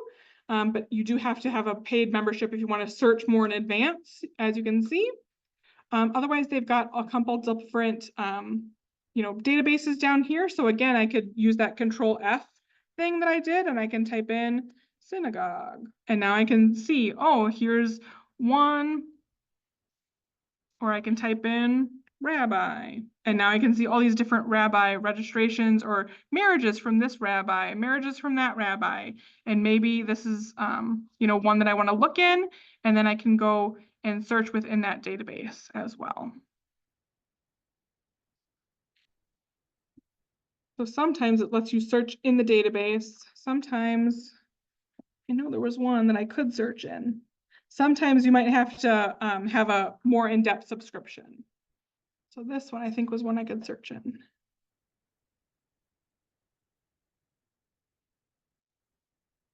Well, I thought I could. Maybe you might have to have a paid subscription in order to search within, but this will at least tell you what's included in there and what dates it might include, and then you can decide if you want to pay for that subscription in order to access further. You might find some more elsewhere, because like I said, this is just 3 examples that I knew off the top of my head. What I would usually do is try a Google search. So use that name of that church, or try searching that name of that city or that county and the state and the phrase church records, or try searching in the denomination in the state, or try Family Search Wiki. They might link you to some of those resources that are available in external sites that you might get. Be aware you might get some bad scans on some of these record sites. So I always encourage you to look at the other sites as well, because you never know, another site might have also scanned it and scanned it a little bit better. For example, you might see Ancestry has a really bad scan of some of these German church records, but then if you pay for your subscription to Archeon, you might see they have really clear scans on there that's a lot better compared to Ancestry or Family Search, for example. And I'll show you an example of how that looks in just a second. But of course, not everything's online, like we continually are reminded. So you might need to search offline. Well, of course, you're going to figure out, does the church still exist? If so, you want to Google them, like we Googled that Manitowoc one earlier. Look at their website if they have one. Maybe they've got a church history, so you can confirm this is the right church, or this church was in existence when my ancestor would have been there. Like if you think this is the right church, and your ancestors married in 1854, but this church didn't open until 1906, that's not the right church. Or maybe they had a different church building, and you can read about the history of the church and where they were previously. Some websites even have a little genealogy section of their site where they'll tell you how to access their records, or maybe they have like a little database within their website where they have some records scanned or some sort of index of their records on their website. You can, of course, contact them to figure out, how do I access your records? So give them an email or a phone call, whatever you're most comfortable with. Ask them, can I go there and research? If it's somewhere where you think, hey, I can drive there and research, if it's Manitowoc to Appleton, that's not far. But if you're like, hey, I need to go to Australia to search, well, that's quite a trip. So you might need them or want them to look for you. If you need them to do the research for you, you want to be as specific as you possibly can in your request. So you want to give names, you want to give a time period, an exact date if possible, and what type of record you're looking for. So for example, I might write to them and say, my ancestor is Henry Stilp, who was born in September of 1874. I'm looking for his baptismal certificate or his baptismal record. And then they know exactly what time period and what I'm looking for. And I'm not just saying, hey, give me everything you can on any Stilp that's in your church records. And this has been a church for 500 years. They're not going to want to do all that research for me. Make sure you ask them for an actual image, even if they just take a picture of it or a copy of it. You don't want them just to read the book and type up what they see, because there might be an error that way. Maybe they're missing something when they're typing it out for you, or they leave out some sort of information, or they type something incorrectly. So getting an actual copy of it or a scan of it is really great. And then you can look at that record and have it for yourself. I always encourage you to send them money as donation if you're able to. Some churches might even charge you a research fee because of course they run based on their donations. And if they're taking a lot of time out of their day to do research for you, it's just a goodwill gesture to give them some money as a thank you. Be patient, of course, not everyone is going to follow up with you immediately and say, yes, here's exactly what you wanted. 24 hours later, you might need to wait a few weeks or a few months, or maybe if you haven't gotten a response from them, you might need to ask again or contact them a different way. Maybe you sent them an email at first, maybe you need to follow up with a phone call later and see if you're still able to reach somebody and get a response. Or if you live nearby or are planning a research trip to that area, some churches might even allow you to actually come there and look through their record books and do that research yourself. So you'd want to set up an appointment with them, and you might be able to make your own copies or take pictures of the records. But of course, before you do that, you'd always want to ask for permission that you are able to do that of their church records. So you had asked earlier about that burned church record, or what if a church doesn't exist anymore or the name changed? Well, what do you do then? So you're gonna have to do some digging. You're gonna need to research in some newspapers and other local history materials to figure out, did the church just move locations or did the name just change? Did they merge with another church at some point that would have absorbed their records? Maybe that church took over the building and they took over the records that were in that building, or maybe they merged with another church in that area and that church took over their records. Maybe there's some sort of repository somewhere else. Maybe it's locally within that city or that state, or maybe it's regional in that area, like maybe regional within the state or regional within the country. Maybe it's statewide, maybe it's countrywide. So for example, the Catholic diocese, they've got different regional archives where you can get the Catholic church records. So for example, the Catholic diocese in Green Bay has church records for the Catholic churches in all of Northeast Wisconsin. So if I'm looking for an Appleton church or a Neenah church or a Menasha church, instead of talking to them, I can go to the Green Bay Catholic diocese and look at all these records from all these different areas. They have, of course, other dioceses around the state that would have that portion of the state's records as well. So I could pull up their website, for example, and usually, like I said, sometimes they have a little genealogy or research area section of their site. So you can see right here on the Green Bay Diocese, they've got this archives and genealogy research area where it talks to you all about how they will do research of pre-1930 records. Records from 1930 and on aren't open at this point. So that's something important to know. If you're looking for something from 1950, unfortunately, you don't have access to it based on their restrictions. But it might tell you some helpful things you want to know or what they need to know from you if they are going to do the research for you. They've also got this really great table on here where it's going to tell you what records they have. So I can see broken down by the different counties, then by the different locations, the church names, what record dates they have, and then an ethnic background of that church. If you are trying to tie a proper church to your proper ancestors. They've got lots and lots of listings. So again, other than Brown County, which is Green Bay, they've got Calumet, they've got Door County, they've got Florence, they've got Forest. So you can see Kewaunee, they've got Langley, they've got lots of different Northeast Wisconsin church records here. So you can see all the various records that they've got, including Outagamie County, they've got Oconto County. So now you can see all these different Appleton ones are here. And what dates, and again, what ethnic background they would have. So again, even if this church doesn't exist anymore, they might still be at that regional repository because maybe some of these churches have closed, but that regional repository at least took over those records. If you still can't find it, check with the local or the state historical and genealogy societies and libraries because they might have church records in book form, or maybe they have it on microfilm, or they know where those church records went or where copies of those church records might be able to be located. Of course, as you find those records, then some religions are more detailed than others. Even within that church, it's going to be different. Maybe one pastor is really detailed in his record and the next one is not very detailed. So each church is going to be dependent on what they have available for you, how detailed they are. Maybe an 1855 record is going to be more detailed than a 1905 or vice versa. You just never know. Hopefully you're lucky and your ancestor records are really detailed and full of lots of great information.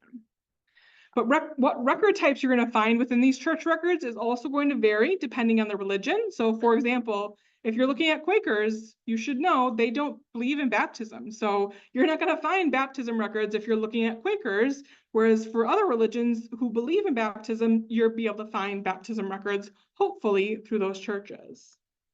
But the Quaker marriage records, those are really, really detailed. If you have a Quaker that got married, they list everyone who attended that marriage, which is really cool. Sometimes within those church records, you'll find an index listing what page you can find a specific record on. Sometimes they have more than one index or more than one book that might cover the same time period. So you might need to, ask at the church when you first go there what records they have for specific time periods. Sometimes they have no index at all, and you just have to go page by page and look through and spend some time making sure your ancestor isn't on that page before going on to the next one. I'll show you some examples in a minute, but here are some examples of some common church records you might locate on your ancestors. Again, depends on the religion and what they practice, so you're not going to find all of these for every religion, but you might get some baptismal or christening registers. Again, not everyone believes in that, or some, instead of just doing infant baptisms, they allow some adulthood, so you might find adult baptisms. Marriage records, of course, deaths and burials. The deaths and burials are usually a little bit more detailed if that church is affiliated with a specific cemetery where that person's being buried. But even if not, it might give you some more details like that death date within that member list if they don't list a specific death section. Like I've seen church records that they don't have a specific deaths and burials section because they don't have their own cemetery. But within their membership list, in the little side column, their list that person died on such and such date. Well, that might give you some proof then of when your ancestor died. They've got membership lists. So again, it might list when they were admitted to the church or when they left the church, or it can help you track where your ancestors were before and where they were after. They've got some church directories. Usually the last 100 years or so, that's when those are more popular. Sometimes those even include photos, which is really great that, every year they took a family photo of each of the families that were part of the church. You've got confirmations, communions, bar or bat mitzvahs, Sunday school lists, church-related newsletters, and much, much more. So again, it all depends on what church, what religion that it is, and how detailed they're going to be. So now I'm going to show you some examples. So this is a baptism record. It's in German. So again, you got to kind of figure out how to read German a little bit, but usually you can make out the names because the names, at least, like this is a surname, that's a surname, this is a first name and middle name. Sometimes you can make out the months, like that's very obviously June and July. And you can, kind of try to piece it together a little bit, but I'm going to show you an example in a little bit of how you might translate some of these that you can't figure out all the words. But this is a baptism from St. Mark Lutheran Church in Chicago that I found on Ancestry. Here's an example from Archeon. So that's that site that we looked at before that you need to have a subscription to. Again, it's in German, so have fun trying to read all these little handwritings. I've still not completely translated this, even with help from some people. Thankfully, you can zoom in a lot more in some cases when you have a subscription to be able to read actual letters within, because that's what you're going to need to do in order to translate it all, is read every single letter. Some of the letters are very similar in English and other languages. Sometimes they're not. So that's fun. So this is just page 1 of 2 of a marriage record. Here's the second page, again, where you need to figure out what all this means. But it's listing the different ages, the different religions, their names, who performed that ceremony, what date, where they were from, all that kind of great information that you're going to find on some marriage records. This is what that same marriage record looks like on Ancestry. Look at how different that is. I can read this a little bit better than I can read that. So that's why it sometimes pays to search different sites. if you get a bad scan like that. Even if I zoom in super far on that, it's really difficult to read it in that black and white scan. It's really, really difficult. So I encourage you to check elsewhere if you find one like that. I've got this burial and death record from New York. Again, it's 2 pages, but you can see a lot of the information that they give, the name, age, sex, their last resident, their date of death. So some great genealogical information, their cause of death, where they were buried, their date they were buried, and that minister that performed that ceremony. So again, lots of really great information. Again, I got this on Ancestry. I got this on the library edition, actually. So I've got a confirmation record. I went to the actual church and got this. This is one of my ancestors. Again, we've got some German stuff in here, but you can kind of make out some of the stuff like Lomira, that's a city in Wisconsin. That's where she was born. I can make out the date of birth because May is very similar in German and English. I can make out her father's name, her name. Some of this other stuff I could not make out. But you, again, can maybe get some help getting that translated. This is just a membership, and it's got some baptism information and some membership listings. Sometimes you get really just all the stuff on 1 page or 2 pages, and you have to really read more specifically. So this is from the Tully Baptist Church in Tully, New York, that I got from the Tully Historical Society, that they have a list again of baptisms here. They've got a little bit of what the church did that year. They've got who joined the church, just some basic information here, but sometimes you get more detailed stuff. Sometimes this is what you get. You just get your ancestor's name on a page, and that's about it. This is from 1826 though, so sometimes the further back it is, the less information you get. Questions so far? We're almost done, but I've got a couple more cool things to show you.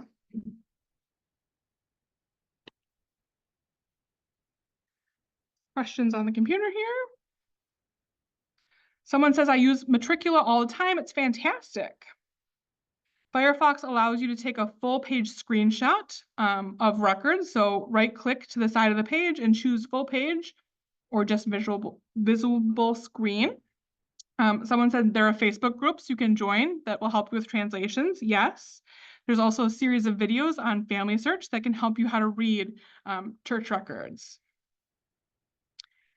You're going to give us some translation help. Yes, I have not done that yet. Just 1 second. But yes, as Angie says, if you look for the nationality you want on Facebook, for example, Polish Genealogical Society, they might have some Polish translators or be able to help you with that stuff. So this is how I'm going to show you how easy it is. I'm going to show you a little case study of what I did to find the marriage records for my 3rd great grandparents, Jacob and Margaret. So from my previous research, I know based on the obituaries of them and a biographical sketch, remember we talked about biographical sketches in some of those county resources, I've got one written about Jacob that says they were married around May 1854 in Milwaukee. The couple soon moved to Menasha, where they lived the remainder of their lives.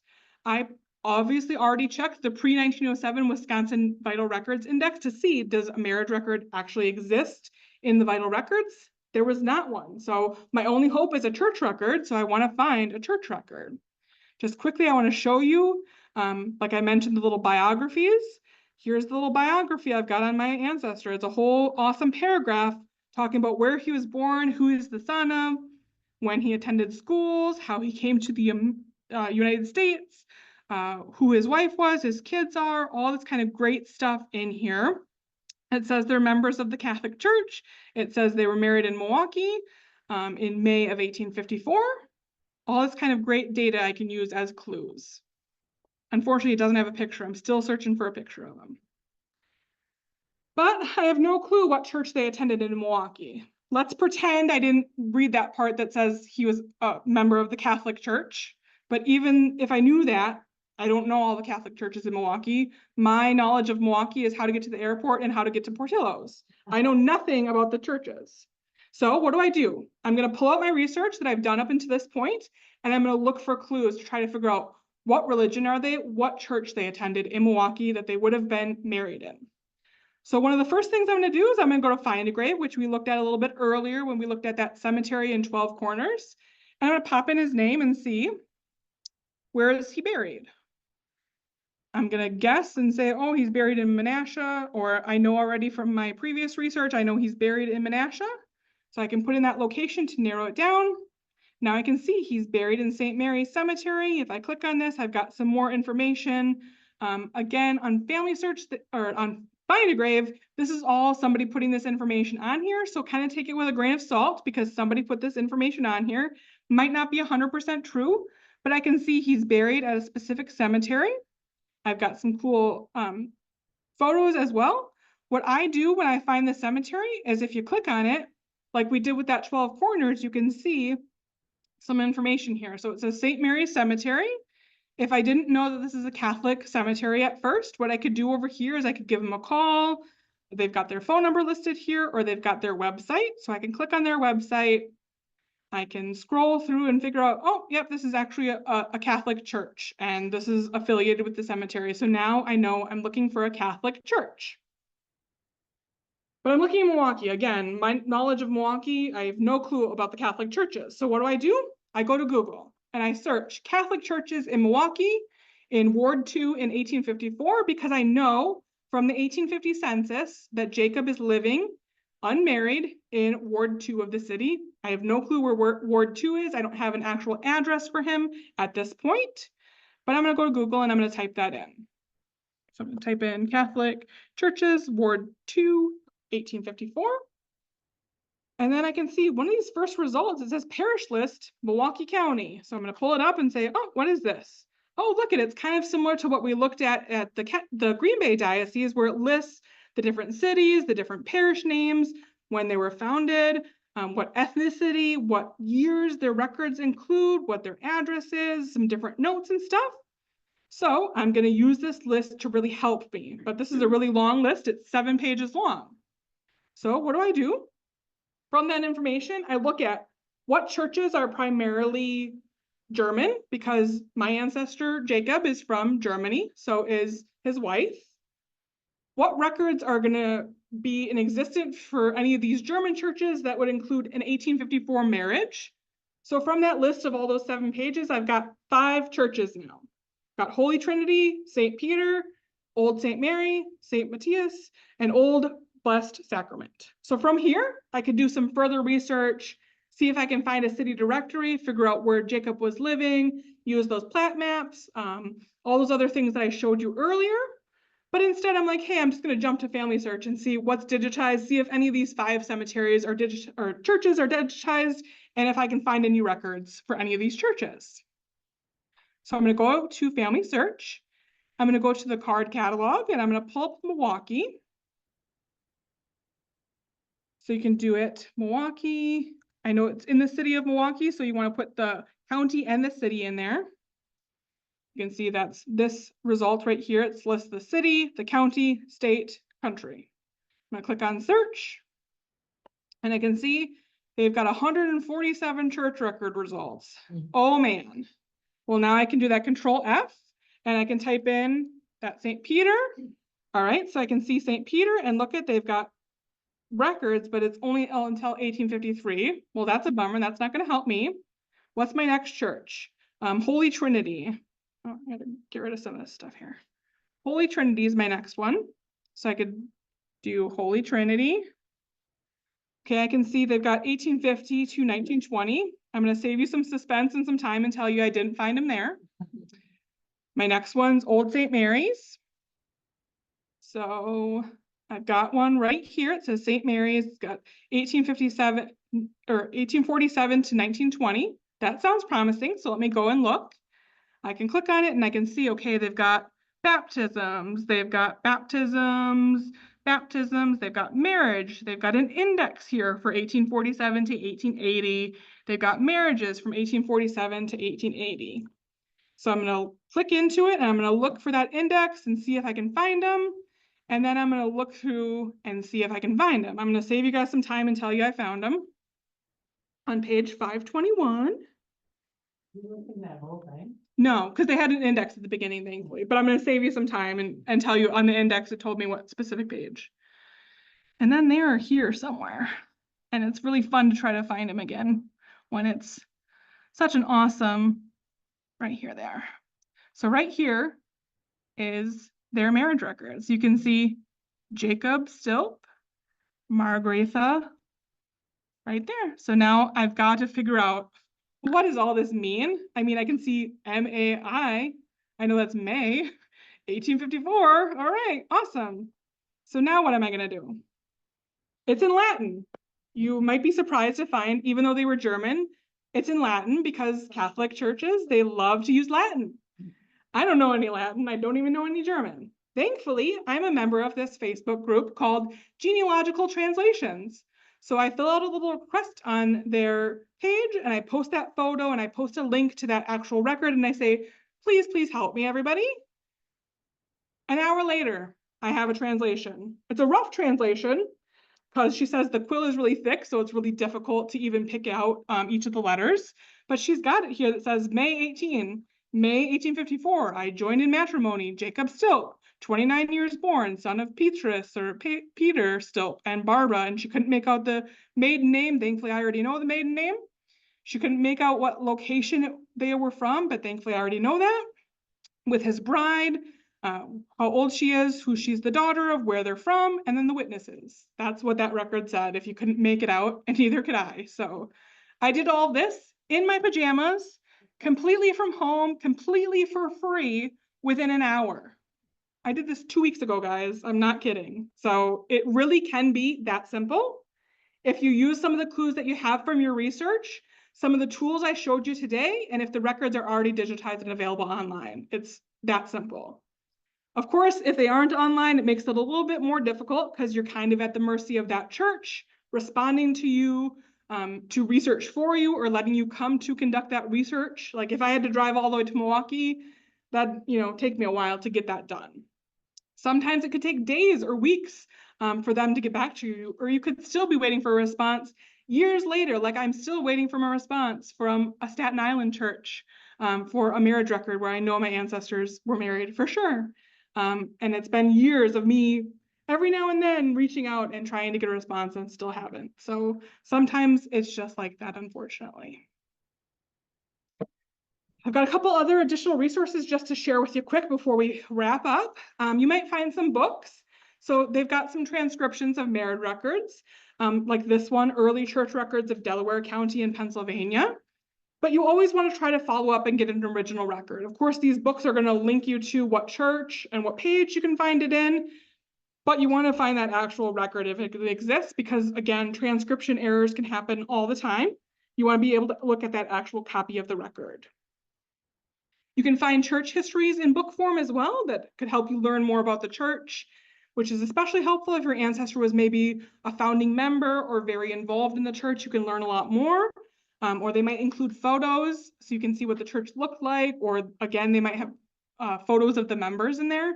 Of course, those really, really old ones, they're not going to have members of the member photos, but still learning a little bit more about that church would be great. So where do you find resources like these? You're gonna look in libraries, of course. So there's this great site called WorldCat, which we've talked about before, which is a worldwide library catalog where you can try to find local libraries that might have this, or try to do what's called interlibrary loan and get them sent to the library. Though unfortunately, not every library will loan everything, especially some of these rare genealogy materials. It might be their only copy where they're not gonna send it out to a different library. But they might at least be able to look in the book for you and send you a picture or a copy of that book page where your ancestor might be. But what you can do in WorldCat is you can search by a location name or the name of a church in here. So if you go to WorldCat, what you can do is you can type in that church records, Delaware County, Pennsylvania. And now I can see, oh, here's that book I just showed you a cover of. I can click on it. And now if I scroll down here, it's going to give me the libraries. Be aware at first, it's going to show you what they call featured libraries, which is, I don't know what you have to do to be a featured library, but it's probably those bigger research libraries. So you're going to want to make sure to click on all libraries, because then it's going to give you a listing of the closest libraries to you. So now I can see the closest one that would have this, even though this is a book from Pennsylvania, is the Wisconsin Historical Society Library in Madison. So now I know I'm going to add that to my list. Next time I'm in Madison, I'm going to go look at that book, or maybe I can give them a call and say, hey, can you look in this book for this specific name and tell me if you find it? Or I could try to get an interlibrary loan of it and get them send it to Appleton for me to look at here. It might also be digitized online. So like we looked at HathiTrust earlier for that Outagamie County history, you know, you might find books like this digitized online as well. Other than HathiTrust, we've got the Digital Public Library of America, we've got Internet Archive, we've got the Family Search Digital Library, lots of different resources. Again, I've got them listed in your handout, or I did live demonstrations of them all when we did our city directories talk back in June. So look for that if you want a refresher of how to use those sites. But again, just like we did with HathiTrust, you search that location name or that name of that church, or you search that specific book title that you would have from WorldCat to see if you're able to find it digitized at all. You might be wondering about some international church records. So I showed you a couple examples of some of my German ones. So some are going to be available online at some of those major genealogical websites that we already discussed. Some are going to be on those specialty websites that we talked about a little bit, like Archeon for those German church records. But I always recommend you start with that Family Search Wiki, like I showed you at the beginning. That's going to lead you to those more specific resources. So you can search, for example, Ireland church records on Family Search Wiki. So I can type in here, Ireland church records. And now I can see all these different resources. If you see a little $sign, that means it's going to be a site that requires a paid subscription for full access, but you can also see there's a bunch of different links that you can click on that would bring you to other sites as well. So you could just kind of scroll through here and see what you need to do, or they've got contact information on places where you could contact if it's not online, for example. Gives you some historical background, talks about the major religions. They've even got little tutorials on here for you specifically that's like Ireland Catholic Church records or Ireland Presbyterian Church records or Roman Catholic. So you can click on all of these links and learn a little bit more. And again, you can do that with every single religion, every single country. So very helpful to do that. You can also search by that religion type, like I mentioned, and the country. So I could do Baptist church records in Poland to get more specific suggestions for that religion in that country.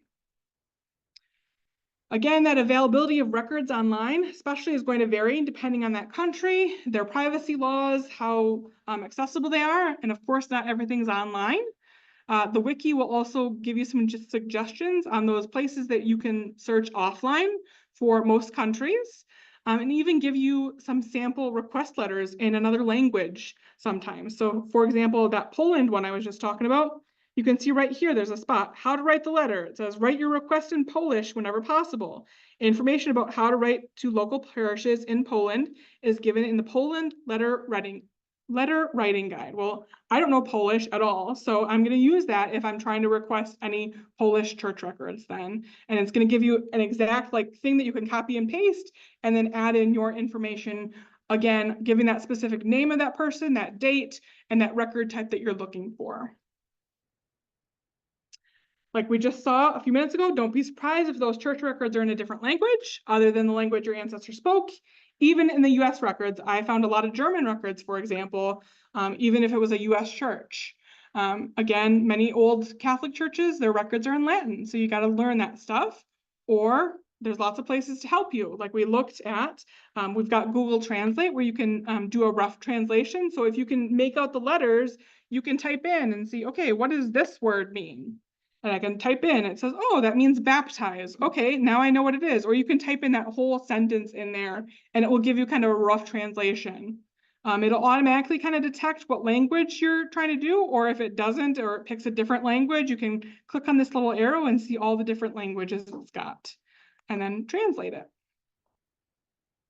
Those Facebook groups, or they've got some genealogy societies that sometimes will help their members or can refer you to places where they can help you with those translations. Like there's our German genealogy group that you can look at their website and see, oh, they've got some really great information here. They've got deciphering German handwriting. They've got the German alphabet. They've got lots of great information, or maybe I can reach out to them and ask them, do you guys do any translation of German records, and see if I can get some translation done. There's lots of books as well on deciphering handwriting, the foreign language dictionaries, stuff like that. And then they've got really great word lists on Family Search. So you can search a specific language and the word list. So this is like a French genealogical word list. So now I can see all these various things that they're trying to teach me, all the different words and what the English version is, et cetera, et cetera. They've got lots and lots and lots of stuff here. So use these free resources as much as possible.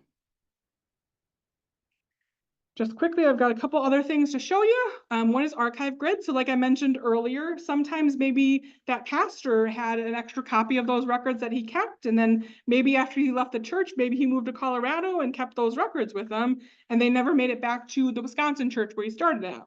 Well, you can use this site called Archive Grid to try to locate additional records like church records that might be found in archives around the world. So you can search for people, you can search for places, you can search for events. For your ancestor, you can search for that church name, and it's going to show you what archives may have materials that might help you in your research. Keep in mind, some records might not be in that same area where you originally were created. So like I said, that pastor who served in Wisconsin, maybe he moved to Colorado and died there, and that's where the records ended up, even though they're for Wisconsin. Some of these archives also have what's called a finding aid, which will kind of help you learn a little bit more about what is inside that collection, what years they might feature, what names they might feature, things like that. Some might do some basic research for you from a distance, usually for a fee, or you can hire a researcher in that area to go to that archive if you're not able to go take a trip or don't want to take a trip. You can also look at the archives near where you live, see what relevant materials might be there that might help you in your genealogy research. And they also will link you to some stuff that's been digitized and available on Archive Grid. So I'm going to show you just quickly how to search. So we've got a whole map here. You can click on the maps and see what different archives there are here where you want to search. They've got different states listed down here where you can click on the state and see what archives there are. Or up here in this top corner where you can search for people, places, events, and more.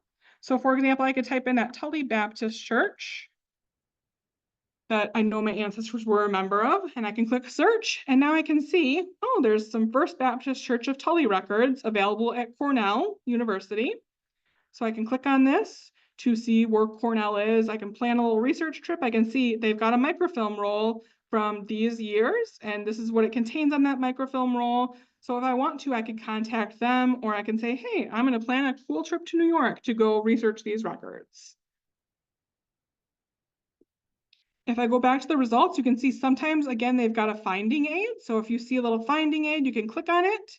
It will usually link you to that research area or that website that has this finding aid. So you can read through and see, okay, this is what's in that record set. Sometimes the finding aids are really detailed. Sometimes they're just kind of basic information. So if you find one of those, go ahead and click on it. And again, sometimes they have digitized stuff. I don't think there's any digitized stuff here, but usually you'd see something linking you to a digitized material. You could also look at the summary view, which would kind of give you different topics or different locations or different archives that you could narrow down the results if you have a lot of results for example.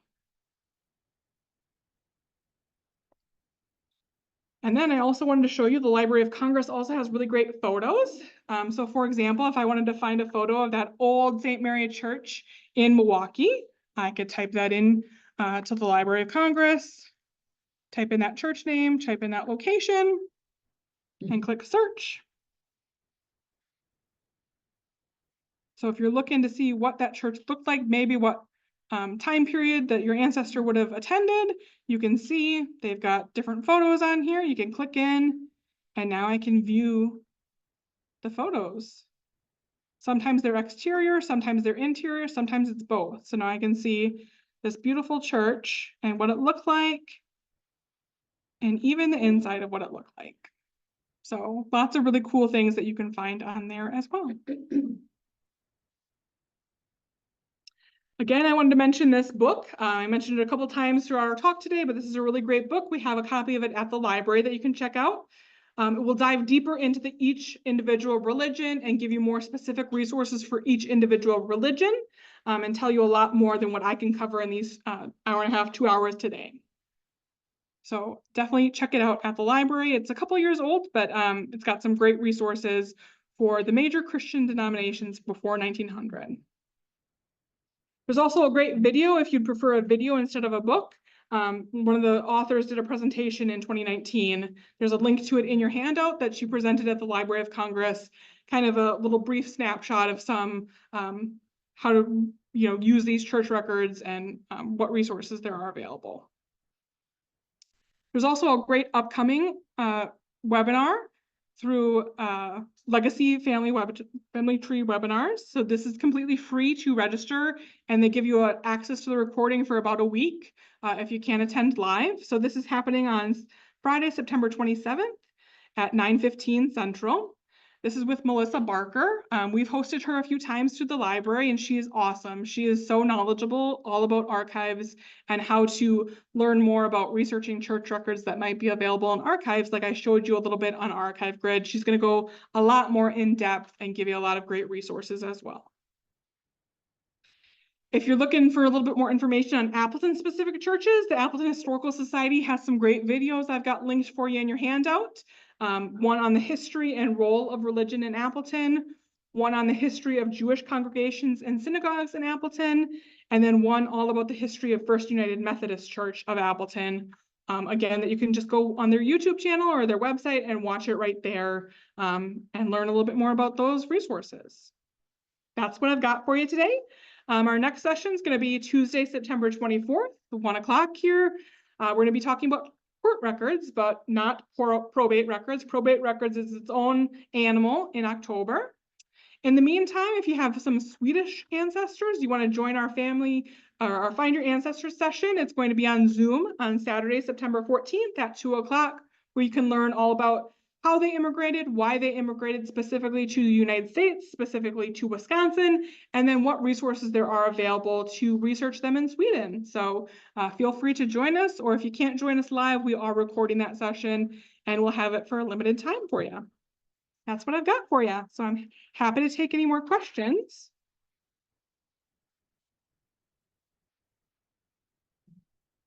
See if we've got any online questions here.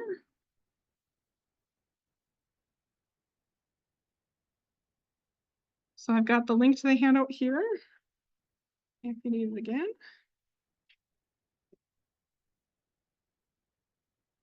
All right, well, thanks everyone. I'll see you next month. Yeah. Hopefully you're inspired now to go find some church records and see how easy it is.